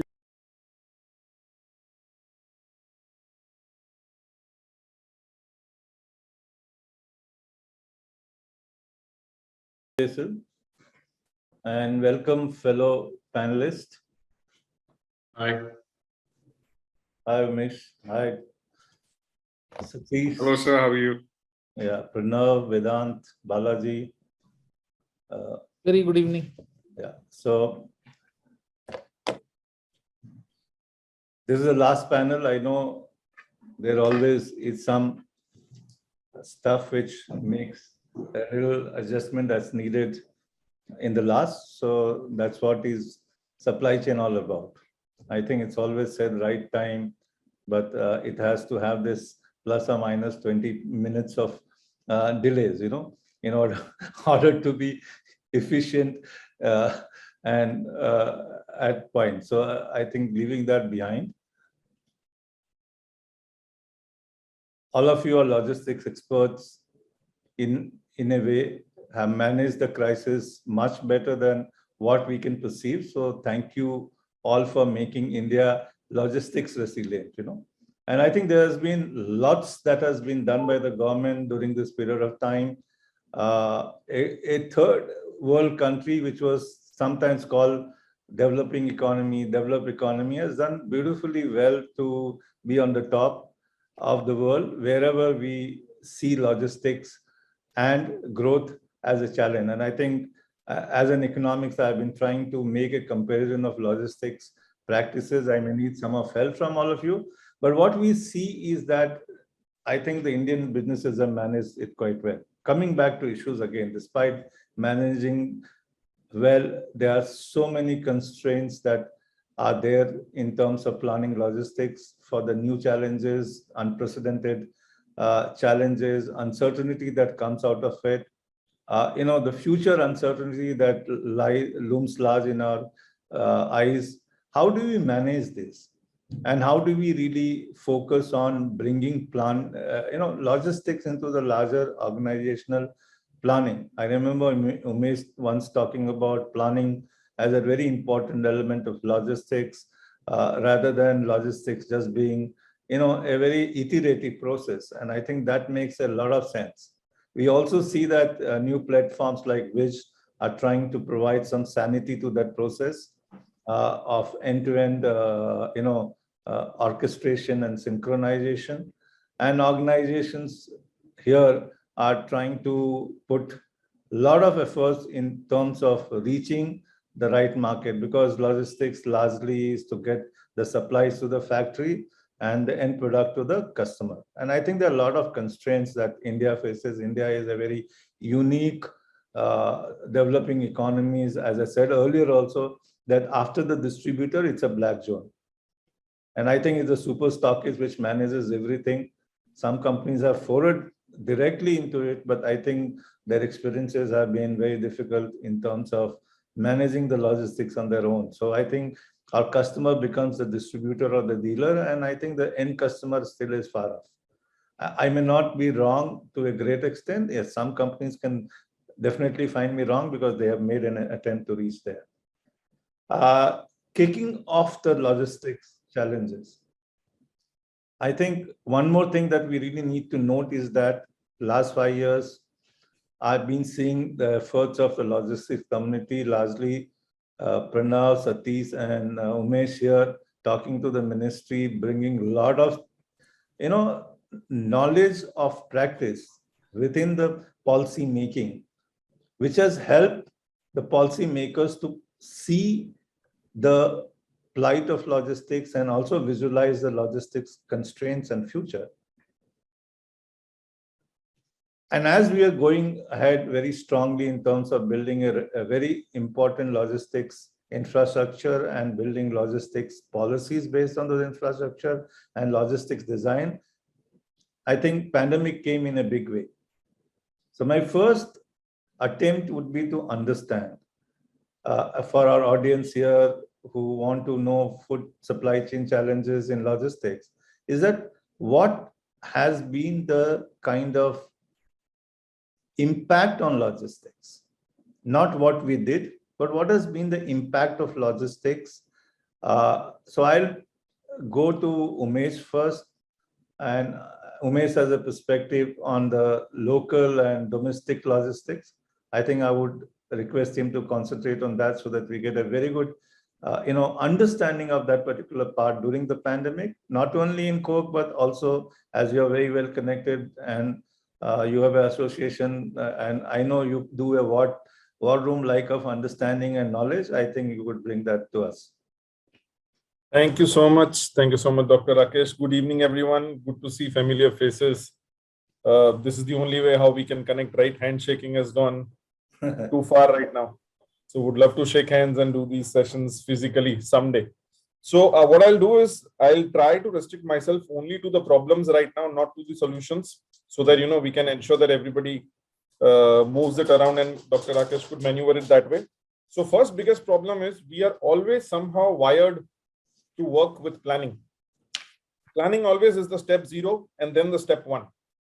Now, what this pandemic has done is there is no planning, because you can't plan, right? In this, you can't plan when the lockdown will open, when will it start, what is going to happen, which states are off, which are not off. I think that was one thing which was super difficult on finding solutions to run logistics without planning. That's point number 1. Point number 2, how do you exactly push us hard? I think somebody needs to go on mute. Okay. It pushed us hard to actually understand how do we go more local in terms of people, in terms of getting people within a plant. How do we work with the community within distribution centers, warehouses? How do we exactly work locally? That was one. I think beyond that, there were many challenges in terms of trucking. And again, we realized the importance of our favorite friend called the driver. If everything works fine, if there's no lockdown, if you have orders, if your factories can manufacture, there are not too many people on COVID and quarantine. If they're producing, you still can't move if you don't have the driver, right? So everything goes for a standstill. Your factory still gets shut. So making sure that the driver stays and continues to work and you get that scale with him. So many such challenges, I think the pandemic posed onto us. But the great part was that fortunately, unfortunately, it happened twice. So we lost one season, it got into another season, but we had learned a lot by the second season through all the learnings of failures of season one. And I think that's why I love to encourage people to do a lot of mistakes, to fail so that you learn from them and you do not repeat them. And that's exactly what happened in the wave two. For us specifically, I think it was a great year in terms of productivity and eliminating waste, because we had learned to live in the world which was more agile. So our productivity numbers soared upwards of 1.5 times of what we had committed ourselves, despite of volumes which obviously were impacted by COVID. So that way, I think that was one good news which changed the whole cost structure for us. So there are many solutions which I would love to talk about. But before that, handing over back to Dr. Rakesh so that we can hear everyone on the call. Thank you, Umesh. I'll go to Udyan Kohli now. And Udyan, if you could also, talk about the logistics challenges during that period of time. Mm-hmm. Hi, good evening, everyone. And good evening, Mr. Rakesh. And thanks for asking this question, which is a very common question during the webinar sessions nowadays. So just like as Mr. Umesh has mentioned, I can say all the issues were genuinely accepted by all of us, I believe so, because all issues were very important and significant, and we all had faced them. So just like the other front-end soldiers, we logisticians had worked constantly through the pandemic to ensure our customers receive their shipment on time and the rise in the demand for essentials and the non-essentials are met. So it is also needless to say that COVID-19 pandemic disrupted globally supply chain network in an unprecedented way. Demand-supply imbalances have pushed manufacturers across the sectors to grapple with multiple challenges, just like including rising commodity prices. So due to a suddenly supply and demand shock, commodity prices were shoot up. However, it came under control post the intervention of the government bodies, and gradually it is being recovered. So there were so many issues, just like rising commodity prices were there, a shortage of manpower was the issue. So more as the significant point mentioned by Mr. Umesh, that trucking was the major issue that we were facing that time. The drivers not available. More than 50% of the India's long-haul trucking fleet was stuck on roads and without drivers. Local or short-haul transporter is working with limited capacities also. So there were also multiple challenges that we faced. Might be we were forgetting. Now the time has passed and we are just at the era of third wave. So now we can say, so during the first wave, it was quite difficult. We were also facing port congestions. So when we know everything was started with the in logistics, the first column was erected. That was the ports congestion on the ports. The entire industry was just facing the issue of shortage of containers also. So even post that, the customer behavior was also the big challenge for us. In fact, where I'm coming from. Basically I'm from the Hyphen Foods. We are into frozen. We are into manufacturing and distribution of frozen French fries. I personally faced the behavior of the customer has suddenly changed, and also that has converted into a practice now, where the customers were buying the bulk quantities. Due to the uncertainty of the business, they reduced their order quantities also.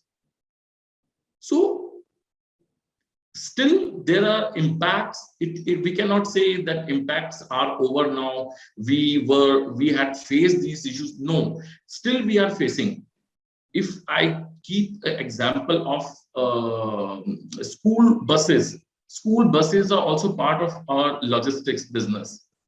And we know for last 2 years, all the business got recovered, and we all are overcoming from all those challenges. But still, school and college buses are still stuck, and the drivers are jobless. Might be half of the drivers or more than the half of the drivers are working somewhere else. But it is like that maximum of the buses are useless now. So many. Thank you, Din. And let me go to now. Thank you. Thank you. Let me go now to Ronit Verma. Ronit, I would like you to look at the global supply chain logistics challenges and what were their impact on the supply chains and business as such. Yeah, thank you, Dian. You rightly pointed out on the congestion part. From a global supply chain point of view, the first pandemic has given up a lot of learnings in terms of there were a lot of congestion of the containers, a lot of unavailability of the empty containers at the origin point, at the exporting country point, and which has actually affected the planning of the inventory at a country level. And we all are aware of that Suez Canal issue which we have faced last year. Because of that, a lot of international shipping lines have faced availability of the port as well as the operations at a local or at an international level. So those challenges were there. However, that has led to bringing in more best practices into the international logistics, or the way we were used to deal. Say, for example, if I am a company, I was dealing with 3 shipping lines. Now I'm dealing with 5 different shipping lines. And I have a cushioning in and around of the spot rates as well for my international logistics. So those has came over a period of time. Of course, there are a lot of regulation changes which has made us more stronger from the beginning of first pandemic, because right now we can rightly predict that what is going to happen in coming months from a regulation points of also. So what actions that we are going to take in terms of overcoming those challenges in international logistics point of view.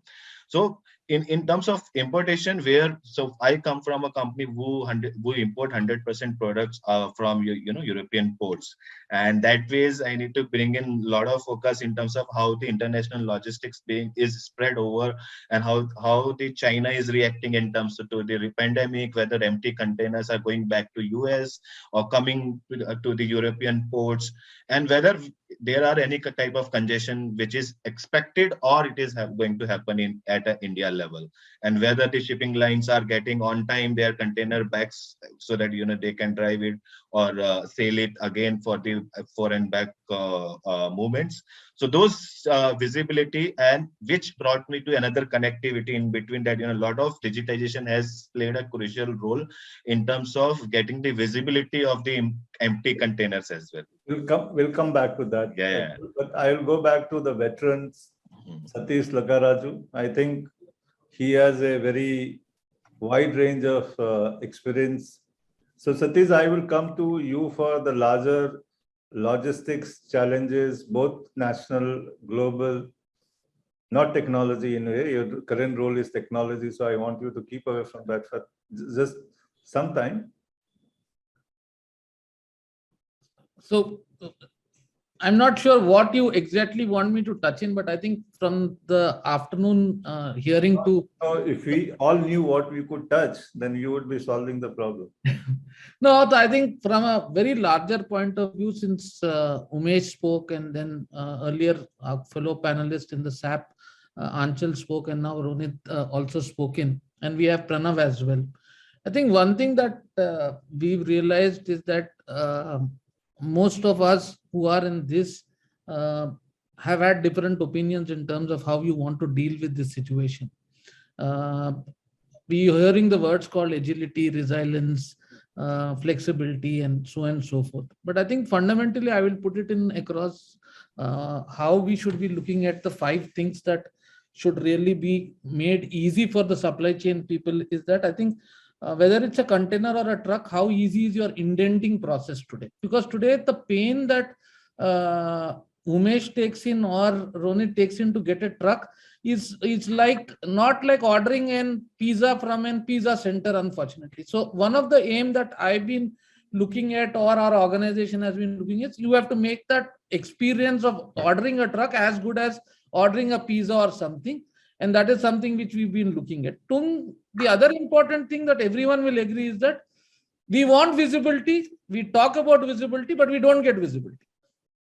So that is some area where I think as supply chain practices, we all should work towards it. And that's something which I aim to do, surely, to work seriously on it. And the third aspect is your documentation today.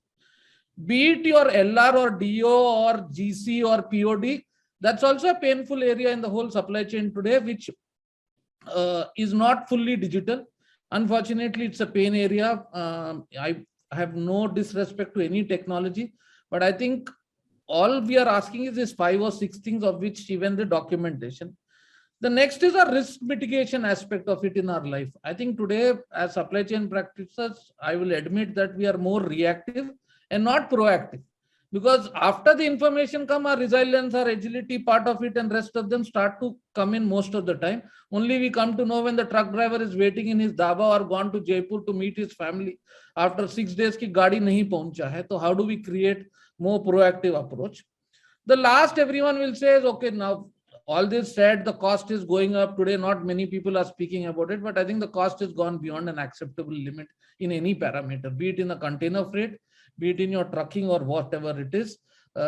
Unfortunately, even government is not able to talk openly about it, but it is get to a situation where it's becoming highly monopolistic in certain routes. And if you're looking at China and rest of them, it's just gone out of control. And someone spoke about the solar vertical. I know this is a food chain sort of it. Even they are suffering. We cater today to a larger chunk of the solar vertical. We have over a 21% market share undoubtedly on that route. But the pain in that area is equally bad. So what I mean is that, do we have a lean and economical way to function today? Because your manpower count also continues to increase. Because to get a booking from a shipping line today, you're having to really run pillar to post. So I think, Professor Rakesh Singh, I will put it in a 5-way IVDRC, which is indenting, visibility, documentation, risk mitigation, and cost benefit. This could be new terminology that has come before you. But I think this, if we can work on these 5 things, which generally I believe the rule of 5 is the best thing, I think we will solve much more things from what we are doing today. So I think that is where I'll leave it to you as my opening remarks. No, that's fine. If all of us have been looking at these issues and are, complaining about them, as these are very micro issues which builds your larger transportation strategy and planning. I'll come back to that, Satish, a little while later, but let me go back to Pranav. And Pranav, I think you come from a fresh product business, Feel Fresh, Del Monte, whatever way you call it as, right? What are your views on transshipment challenges in food due to self-line and role of self-line? And how do you see the logistics playing a big role in terms of, solving this gap? And what happened during the COVID? I think a little bit of these challenges are important. Thank you, Professor Rakesh. A very good evening to my all friends. Touching upon all the points, I was just juggling with my notes. I just saw that veterans like Umesh has already touched upon what need to be addressed. So we have a problem statement and we have a solution provider like Satish sitting in the panel. So one of the portions which Udayan touched upon is the frozen. So just going into an extension of that is the perishables. we all come into the play where the food industry is operating. So can't neglect the role perishable or the agri as an industry from India is contributing to the total GDP, whether being the inward cargo or the outbound. We all come across the challenges, all in the newsprint, all on the various platform that perishable suffered the most. As a perishable or a fruits and vegetable category, what we put forward, it's a very low margin product. So when this pandemic strike, those who were patting their back, looking in the rear view, they suffered the most. Time at that time was more to do with the stopgap arrangement, where the flights were stopped. Perishable was a big industry, more of an unorganized trade, where few corporates like Fieldfresh were operating. And so we as a company, as a representative of the trade, reached out to the ministries, reached out to the various supporting authorities, so that trade on a whole is not suffering. Wave one, the first wave had their damages, but because the customers in the Europe, primarily where the India as a subcontinent is catering to, had no choice. So the high cost which was inbuilt into the product was absorbed. But by the time the second wave came, the customers were smart enough. They activated the plan B. The high freight which was now being built up by all the exporters, there was a lot of pushback. Add to that, there were the challenges on the transshipment delays, container availability, the port charges, the various detention, the demurrage trade suffered during the peak time. But having said that, as a trade or as a food sector association, I think we have come a long way. Umesh rightly said, we all in a collaboration where the transparency in communication with our suppliers, with our logistics partner came very handy. So I just opened this forum with the remarks that yes, the challenges were there, they will stay. Time is to understand how to plan better, how to communicate better, so that we are able to mitigate the total damage this disruption is going to impact the trade. Over to you. Thank you, Pranav. I'll go to Vedant. Vedant comes from Food Cloud, and this is a little bit of logistics for providing food to women, from women and to workers. I thought this is a very critical area where they played a very big role during the pandemic. So I don't have any questions for you, Vedant, but you can just tell us how important it was for you and to use your services during the pandemic period.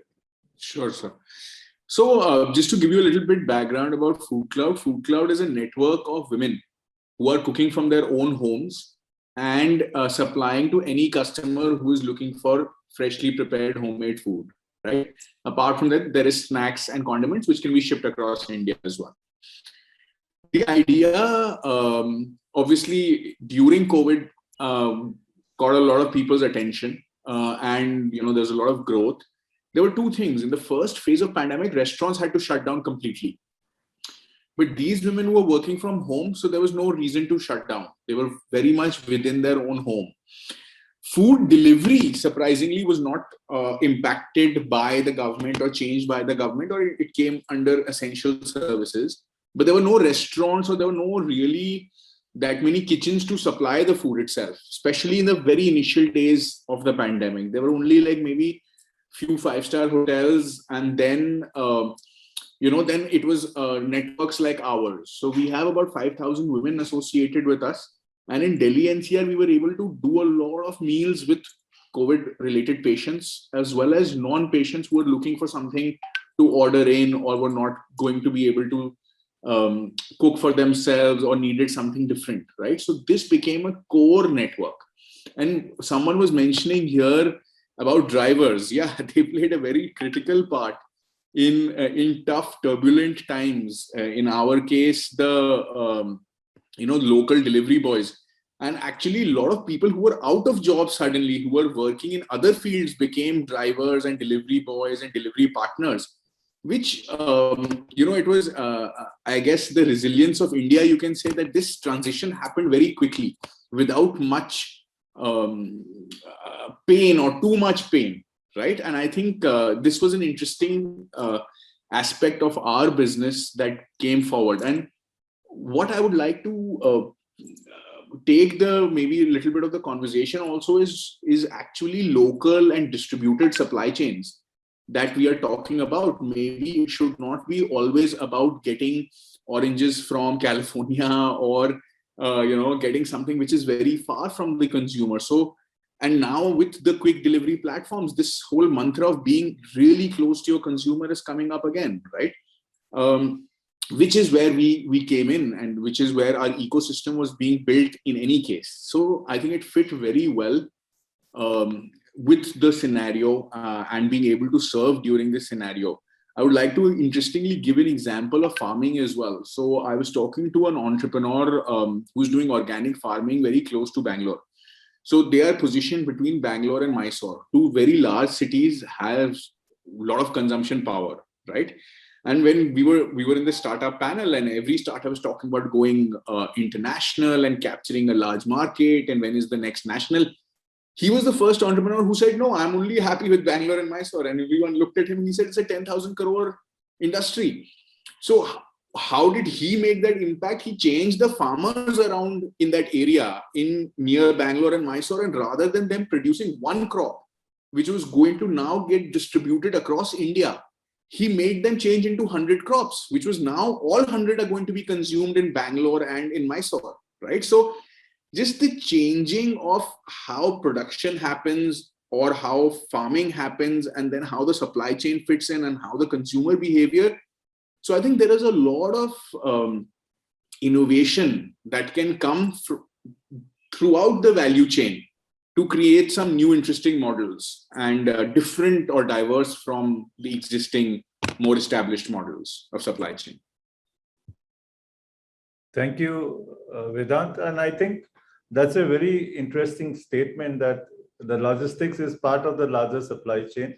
And the way you look at it in terms of designing the supply chain, this is how the logistics will also follow. Also, the role of last mile logistics is increasing in a big way. Now, let me go back to a few critical issues that we are talking about. And if I have to really move ahead and discuss few of the strategic challenges which were faced by the organizations and the way organizations are trying to look at their logistics framework as a part of future, not of just strategy, but as a part of future. And, building resilient visibility, transparency is, I beg to differ from Satish, that's not a big word. It's a reality of today that you need to bring into your supply chain design. Your design is important. And there are two very strong elements that one needs to build. And that is above the line and below the line. I think above the line planning, whether it is forecasting or logistics planning, is something which is happening. Most organizations mess up with the below the line planning, and this is what Satish rightly said. So that these are things that we need to really, fix it in at five rule of the thumb. Above the line planning in few organizations have taken a very rapid pace today, but most organizations still do not plan the way they need to plan for future, whether the future is going to be disruptive. But obviously it may not be disruptive, it can be uncertain because of the kind of competition that can emerge, because of the kind of product portfolio challenges that can come about, because of the e-commerce challenges that come out, or channel empty, what Umesh wrote to me. All these are changing dynamics. I think there is a word in literature, and I think this is why literature makes a very strong impact: implied uncertainty. These are all implied uncertainty, not the uncertainty that comes from the market. So an organization which looks at such a disruption needs to plan in future. So I will go to Umesh once again here, and I want to know what has been the plan and how organizations can really orchestrate logistics as a part of their strategy. Brilliant question, and I love it. And I'm sorry if I'll take more time, but I'll take time. Please go ahead. We have last panel, and it's knowledge sharing doesn't have time. So basically, I think first of all, complete heads up. What definitely the pandemic has done is increase the stature of logistics big time, even within companies, within the country, even amongst ministry. So all the plans, that's why you see 2 weeks back, I don't know how many of you were there. Satish, you were there definitely in the Gati Shakti plan. I saw you. Correct. With brilliant plan. I'm saying at least they have the plan. They have the wherewithal to take inputs from people like us in terms of advocacy on the roadmap of transportation for India, logistics for India. I think great. That itself is a good beginning. There is definitely a lot of impetus in terms of what logistics is going to do for India for the next 4 to 5 years. Point number one. Point number two, I think from a strategy standpoint, what definitely works is how is your system more agile. And we somehow over the last 4 to 5 years have found a key formula to it, which we call as single touch logistics. The number of touches you have between production and sale and your customer, your first customer, if you try to reduce them and touch product as less as possible, it creates a lot of value and it eliminates a lot of waste and inefficiency. So that was, I think, one big pillar which came out drastically, and we are working big time on it. There is a plan not for 6 months or this season or 2022. We have a signed up plan, what we call LRP, a long range plan till end of 2024. So that plan is completely frozen in terms of how do we expand, how do we meet demand with supply, how do we go single touch, whom do we build from where. We are investing in tools which will give us that network connectivity of the right place of invoicing for the customer so that we invest there accordingly. So single touch, the big pillar, and make sure it adds a lot of value. It's already done a lot of value for us in 21. Point number two, I think what paid off seriously was on investments which people were laughing at us at. Those kind of investments which people were saying, ASRS in India, not worth it, 4 years, 5 years. We did that in 2019. It paid off in 2020 and 2021. People did not turn up. There was COVID, but this was a warehouse which otherwise would have needed 350 people to run. We were running with 50. With the same throughput, efficient, day on day, shift on shift, no matter what. So I think automation, digitization, all those investments which were done earlier, they paid off. So it became super critical. Suddenly people embarked on journeys of digital, going paperless, and started to create all of that. That is one thing which is good, which happened. But again, on the contrary, it is a little problematic for investments which are heavier in terms of capex, because cash became a problem. It might still continue to become a problem for at least 6 to 12 months from now. Hopefully, if all of this settles in Feb. So capex was a problem. SaaS models and models on lease-based IT solutions literally worked. We ourselves negotiated a ASRS up in West Bengal on a SaaS model, on a per pallet model rather than upfront capex. So those kind of models are definitely OEMs are expected to work upon. Going paperless is definitely a key. I spoke on single touch, and also somewhere what we realize as a part of the digital roadmap, the first pillar of transparency and visibility is something people are super interested. What Satish spoke about, I think bang on. How do we have the entire transport visible in one screen, basis which we are able to take execution decisions on a day-to-day basis? But I think that's also improving. It's not satisfied right now, but there are solutions available which are less than probably $50 per trip if you spend. And if your driver is on a Vodafone, Airtel, Jio, whatever, you are able to track and trace them at least for a period of the trip. So that is something which we are experimenting. It's working decent right now, not satisfied, but then change management is the key which we need to drive upon.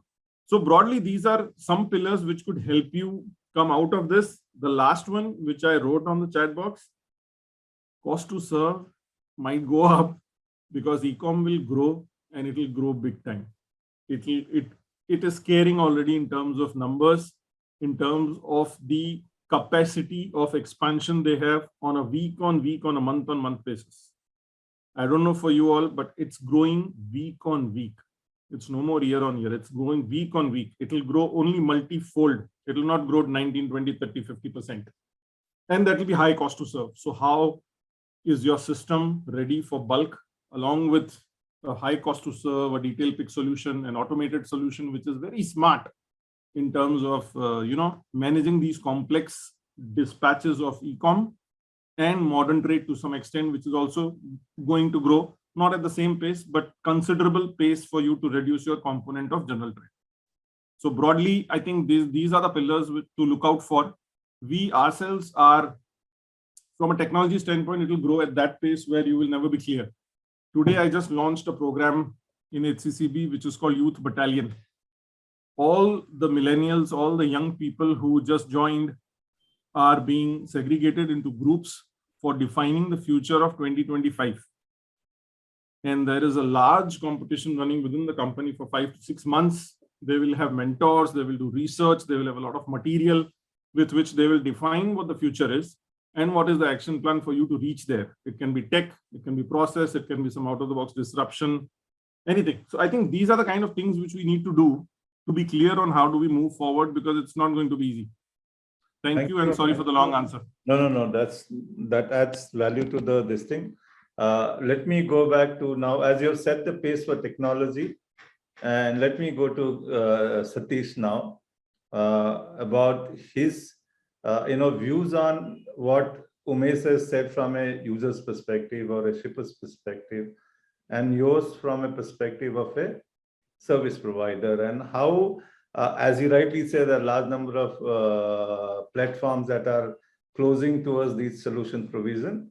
What are your views on technology and its impact on logistics and logistics as a service itself? No, Rakesh, I think if 5 years ago, if someone goes to YouTube and see my videos, they will realize that I spoke about technology and people thought I'm a mad man talking about technology, sort of it. But today, how can I survive without a mobile phone is a basic question. If you don't have an, even in the same length and breadth, I would say, if someone would say I'm working for a startup, people would have laughed many years ago. But today, suddenly everyone starts talking about startup. I think India as a country has always been very slow to adopt to change, and no denial about organizations, because either the people on the top don't know what is the next millennium child's requirement, and so he may not be willing to accept that technology is here to stay. That has been one part of it. Two, with no disrespect to anyone in the multinational companies, especially in the logistics sphere, I think the Indian challenges are far complex than working in Europe or Germany, and which they don't want to accept. Correct. It's so very easy to talk about Germany's logistics. For heaven's sake, you don't have population like what we have. Okay, so I think that is one thing that we all need to understand. And second is because making one particular technology based on one particular standardization and wide roads of containers, it's easy for someone, because I see my good friend from Red Bull here, Ronit, also understanding that working in Austria is probably much easier sort of a thing. So that is where I think, Rakesh, to answer your point technically, I've been breaking my head saying, after spent 30 years with the large multinationals, trying to explain to them that running India is not as easy as you think, and they expect productivity and the rest of them. We got to an idea that, look, we should do something really genuinely for the industry and pay back for it. And the 5 points that I spoke about is one of the solutions that we are currently offering to many of our customers. And we are transporting rice, sugar, edible oils today in a different tur dal, urad dal, ghee. Someone would have thought, what is Satish talking about today, these type of commodities? But these are the type of people whom we are trying to help, because these are more than essential commodities for all of us, and they cannot afford no visibility at all, because today in your house, if you don't get atta, I think it will be a showstopper definitely. Maybe if you don't get a bottle of something else which is not so urgent, it doesn't really matter sort of it. So I think technology has to play a major role.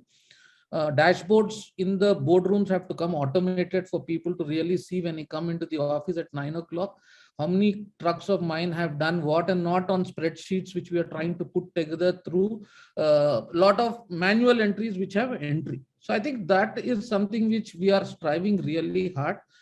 And if someone wants to see how our Satish, your voice is cracking. We'll come back to you. Come back to you. They are currently at T Nagar. I think technology.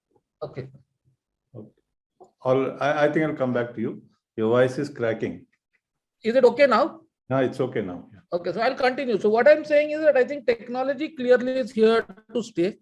Technology is here to create better visibility. Umesh clearly mentioned that things are improving, and I will agree on that aspect that things are improving. And people who are on this side of the table and who are using the technology can tell clearly that we will have to work towards really getting the solution tailor-made for Indian requirement, because we have multiple languages.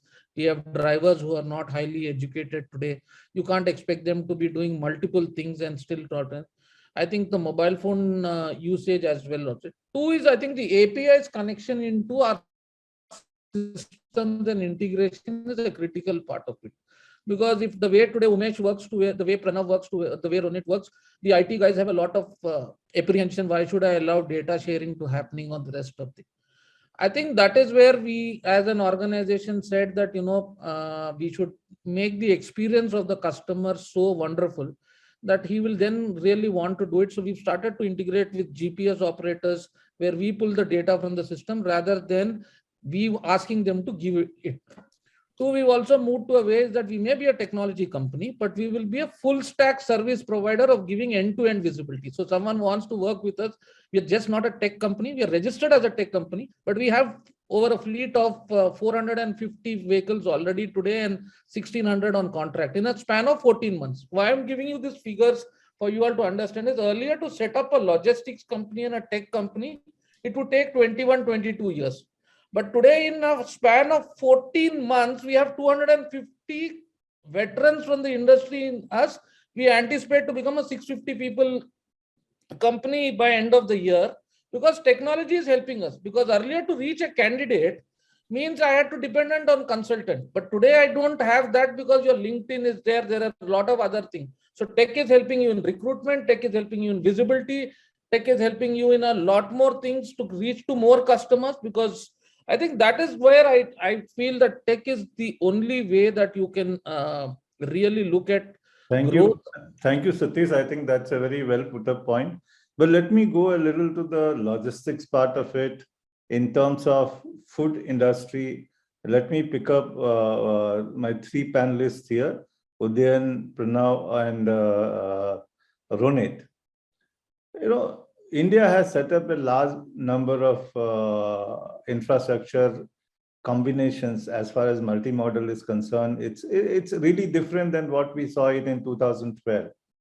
But now, what do you think organization needs to do in terms of even changing their strategy for multimodals, and what are the challenges that are there, and what are the advantages that you see, and what are the trend that has happened over this particular 2.5 years? So, addressing this question, I would just like to elaborate with 3 punchlines first. Starting where Satish left, let's embrace the technology. It's there to stay, there to help you out. Coming back to what, as a logistics guy or more of a supply chain guy, I think we generally carry a lot of weight on our shoulders so it's more of a masculine thing that if I'm an exporter and I have been a legacy of delivering cargo as a CIF, come what way, I will add 10 more shipping lines. A lot of the people will not be liking this, but I will negotiate and prove that I have a better negotiating power. I think time has changed. Looking at the scenario, clarity in the information sharing with your overseas customer or a supplier It's not the time to prove who is better. It's time to prove who is faster, who has a flexibility, who is better to deliver the business. We as a food supply chain guys, we are not into here to do the logistics. Our end-to-end endeavor is to provide what is required just in time. So if given a just a point that if I have to be selling a product on a CIR basis, but I don't have that bandwidth or that visibility on the first available vessel, why not go back to my customer and say, hey, help me out. If you have a better substance, some other setups in India, I am open to utilize that. You need a product, I'm here to deliver. We will always have time to fight over who is better. The time is to deliver. Time gone now will never be coming back. Point number 2, as a supply chain guy, so there have been time in our course of business where we have been buying certain things as an FG, as a finished goods.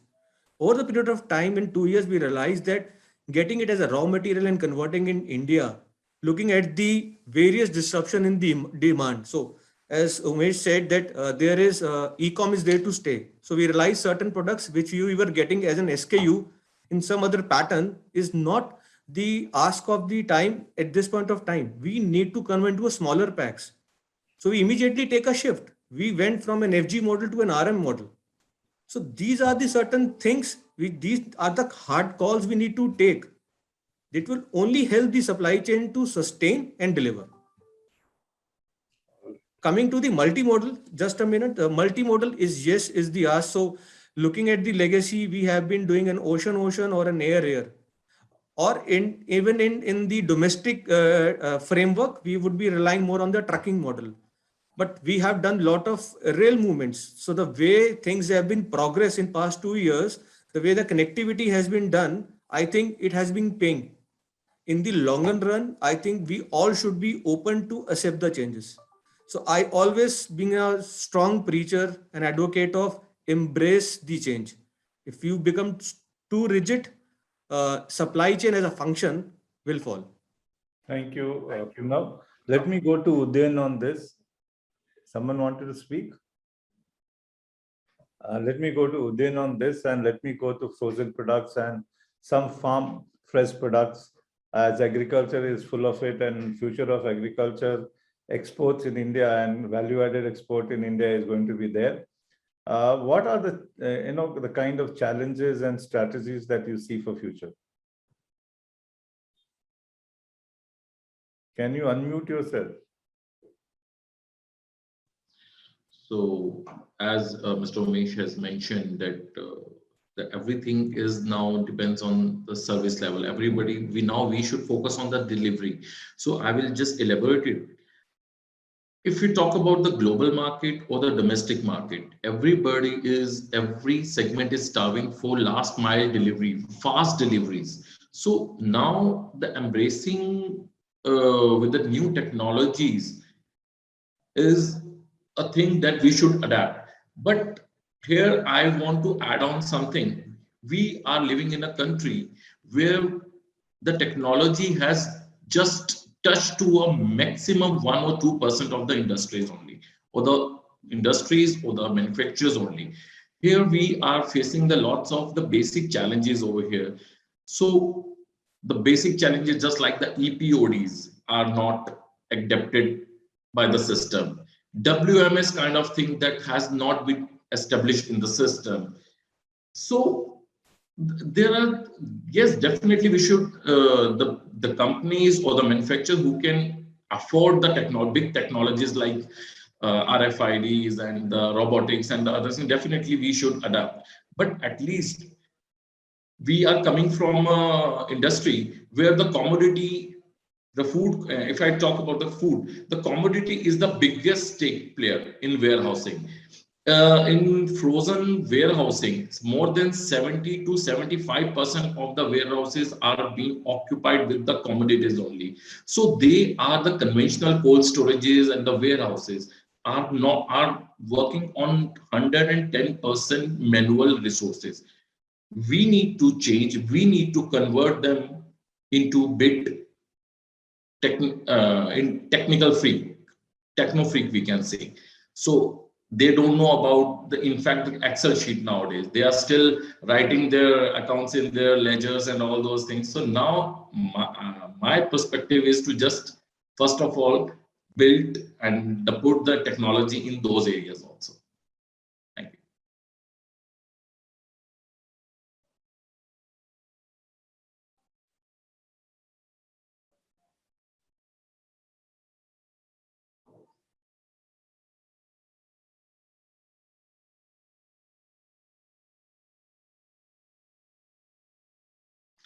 Dr. Rakesh, are you there?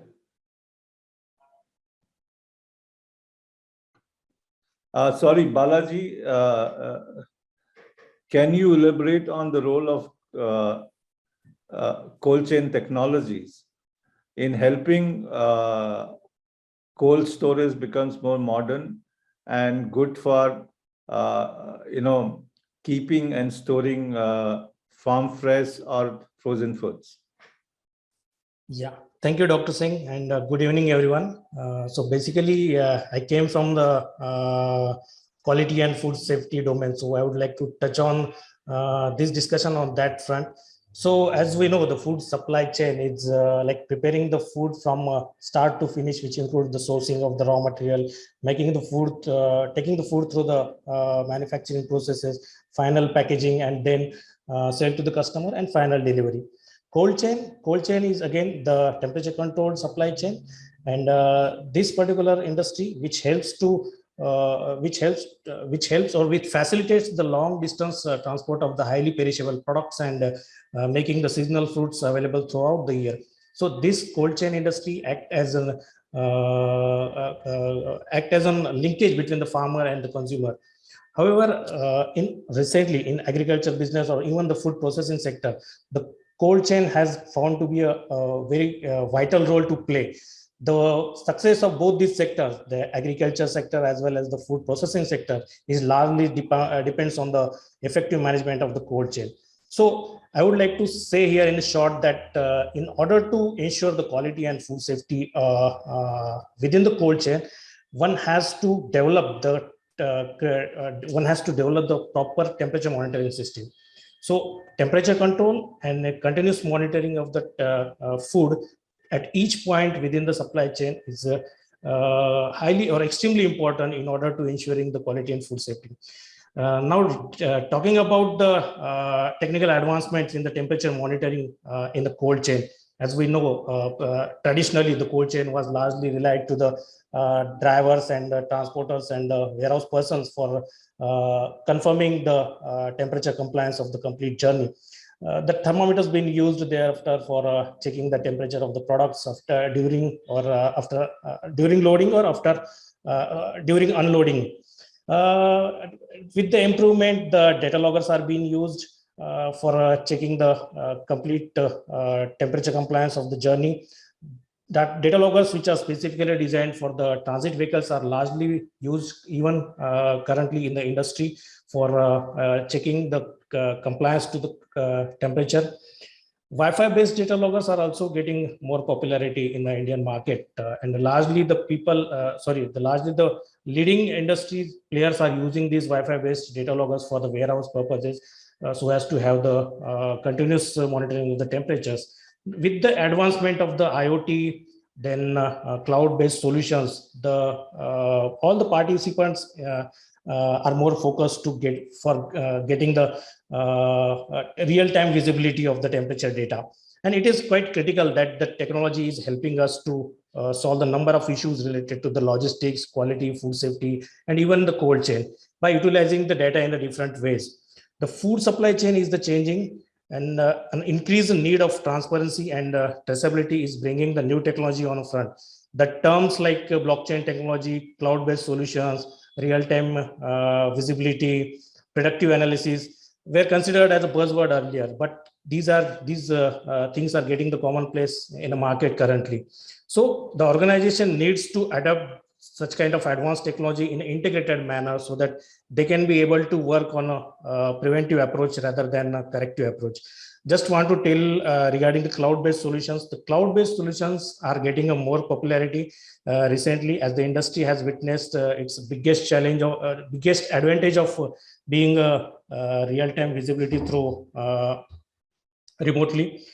During this pandemic situation, when there were a lot of restrictions to the movement of people across the geographic location, but the retail outlets or the food outlets were running in a different time spans. Okay, so with the help of such kind of cloud-based solutions, the different stakeholders of the organization, like the QA person, warehouse person, or even the operation person, had access to the all data from the transit vehicle outlets or even from the warehouses. So even the any even any violation in the limit values for the certain period of time, these stakeholders will receive the alarms in terms of notification, in terms of notification mail or the SMS, so that they will have an opportunity to act immediately and avoid the further temperature abuse and the further food wastages. So just in a short, want to conclude here that the technology, such kind of advanced technology, is helping us to bring the more transparency in the system, to reduce the chances of manipulation, reduce the wastages, and finally this is helpful for improving the compliances towards the quality and food safety. Thank you, Thank you. Balaji. And that's good to hear that there are technologies even for farm fresh, and I think there's a huge development on the technology front. My only innovation is that when you look at the back end of the supply chain in agri and farm fresh, and you find that there is no even physical right kind of infrastructure, leave apart the cold chains, that can use this thing. And I think while the government has been able to network cities and states, there has been a lot of concerns about connecting the sourcing base, material input base of India into the food supply chain. And I think that's a very important element, because in some of the cases, like for instance, I think Pranav is not there, but a great vertical coordination is needed with the farmers to source, and hence such companies can actually invest into their own warehouses or lease warehouses. But the whole situation in food supply chain remains pretty much from the factory to the cities rather than from the farms to the factory. And I think that is a very critical element of the, even from farm to food plate directly, that also is a big challenge in this country. And I think this is a concern that has remained right since the beginning of independence. Now we are over with the time, but I think I'll go through one round of a quick take from all of you as to what the future logistics operations look like. And I'll end with Satish and Umesh, but I'll start with Ronit. Thank you so much, Dr. Rakesh. So we all talk about the, I'll just take quick 1 minute. So we all talked about the transparency, visibility, focus on people, focus on processes. So the more the clear the transparent processes and objectives are, the more the deliverables will be met.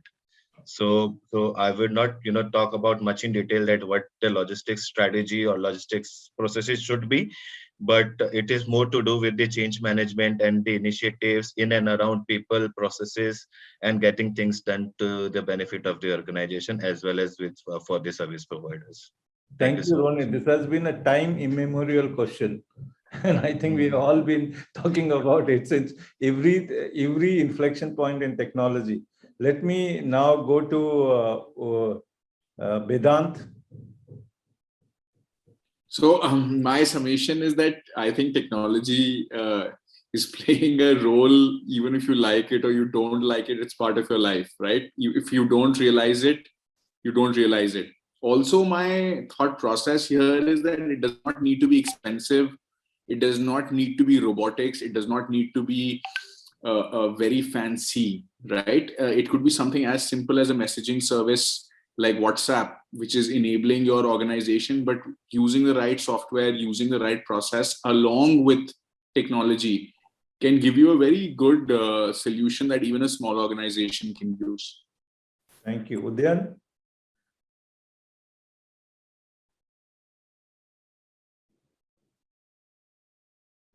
I think Satish will go to you.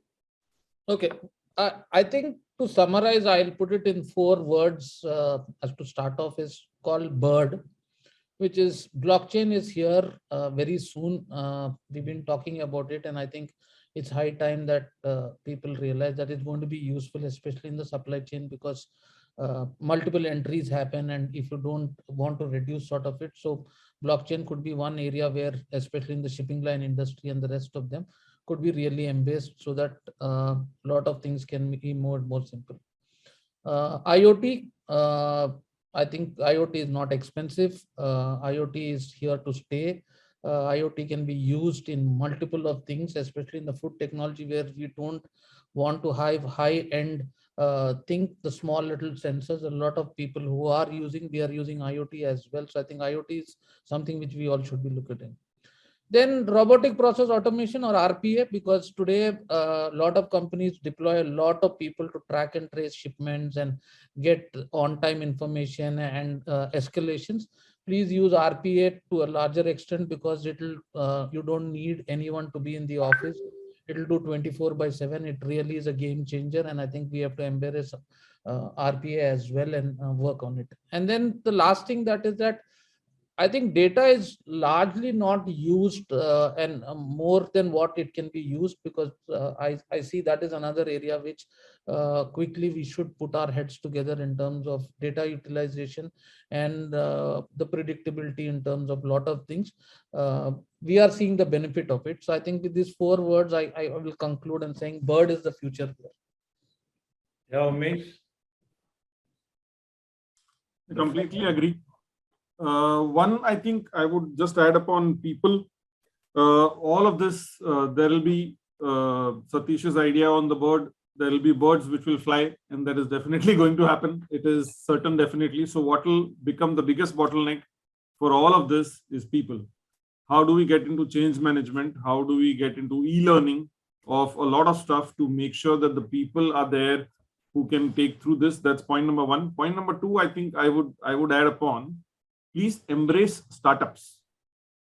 The solutions are not with large brands or large tools or expensive tools. The solution lies with startups. People run away from them, and our policy has been always to embrace them, and it has worked a lot for us. So we have done a lot of solutions which are inexpensive. There's a lot of stuff which you can do if you embrace startups. RPA, definitely, I'll just have an add-on on Satish's RPA. It is mostly also hyperbot. So how do you combine chatbot with data lake, or chatbot with RPA, or AR with RPA, and keep RPA at the center? There's a lot of stuff which it can get done, and have dependency less on people and more on the processes. So that's it from me. All the very best. Stay safe. Thank you, all of you. And I think it's been very interesting to listen to all of you. In conclusion, I would say that, I would start with what you finished, Umesh. I think it's people first. And there is a need to retrain people, reskill them, create a process of learn, unlearn, and learn. And I think this is very important, because technology has always been disrupting this process of human thoughts.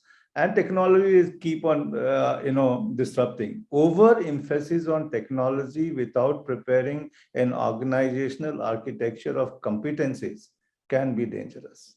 And I think we have seen this with a lot of technology infusion in the company. Let me give you an example, Umesh and Satish and others. I was doing a workshop for Unilever demand planners. I just asked them, what is the algorithm in your APO? And everybody smiled. 37 people smiled. I think let's not that dictate our technology processes. Let's get technology used and imbibed. And this is why I say that logistics should be a larger part of planning and strategic plan.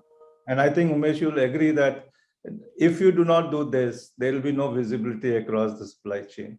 And absolutely. I think this is where Ronit point is brilliant, that the SNOP has to change, but it has to have the element of negotiation with people, because if you don't negotiate with people, there's something called as politics of supply chain. You should read, it's by a MIT professor. And I think it's very important to solve this problem for organization to become agile, resilient, visible, transparent, and competitive. Yes, finally, all your logistics strategy, I think Umesh should have brought about, we don't have time also, should be completely sustainability compliant, because that's the future. That's the future, right? Right, Umesh? Absolutely. And we did not even talk about fuel. Yeah, and sustainable processes are nothing but part of your all these orchestration, all these changes that you are talking about. They're nothing new. Supply chain downstream is amazing, and hence there is a need to go beyond technology, using technology, horizontal collaboration, vertical collaboration with farmers, horizontal collaboration with competitors. I think there's lots to save, and saving carbon footprints saves your cost and makes you competent. Technology is the biggest enabler, but it's just a necessary condition. Sufficient is your organizational agility.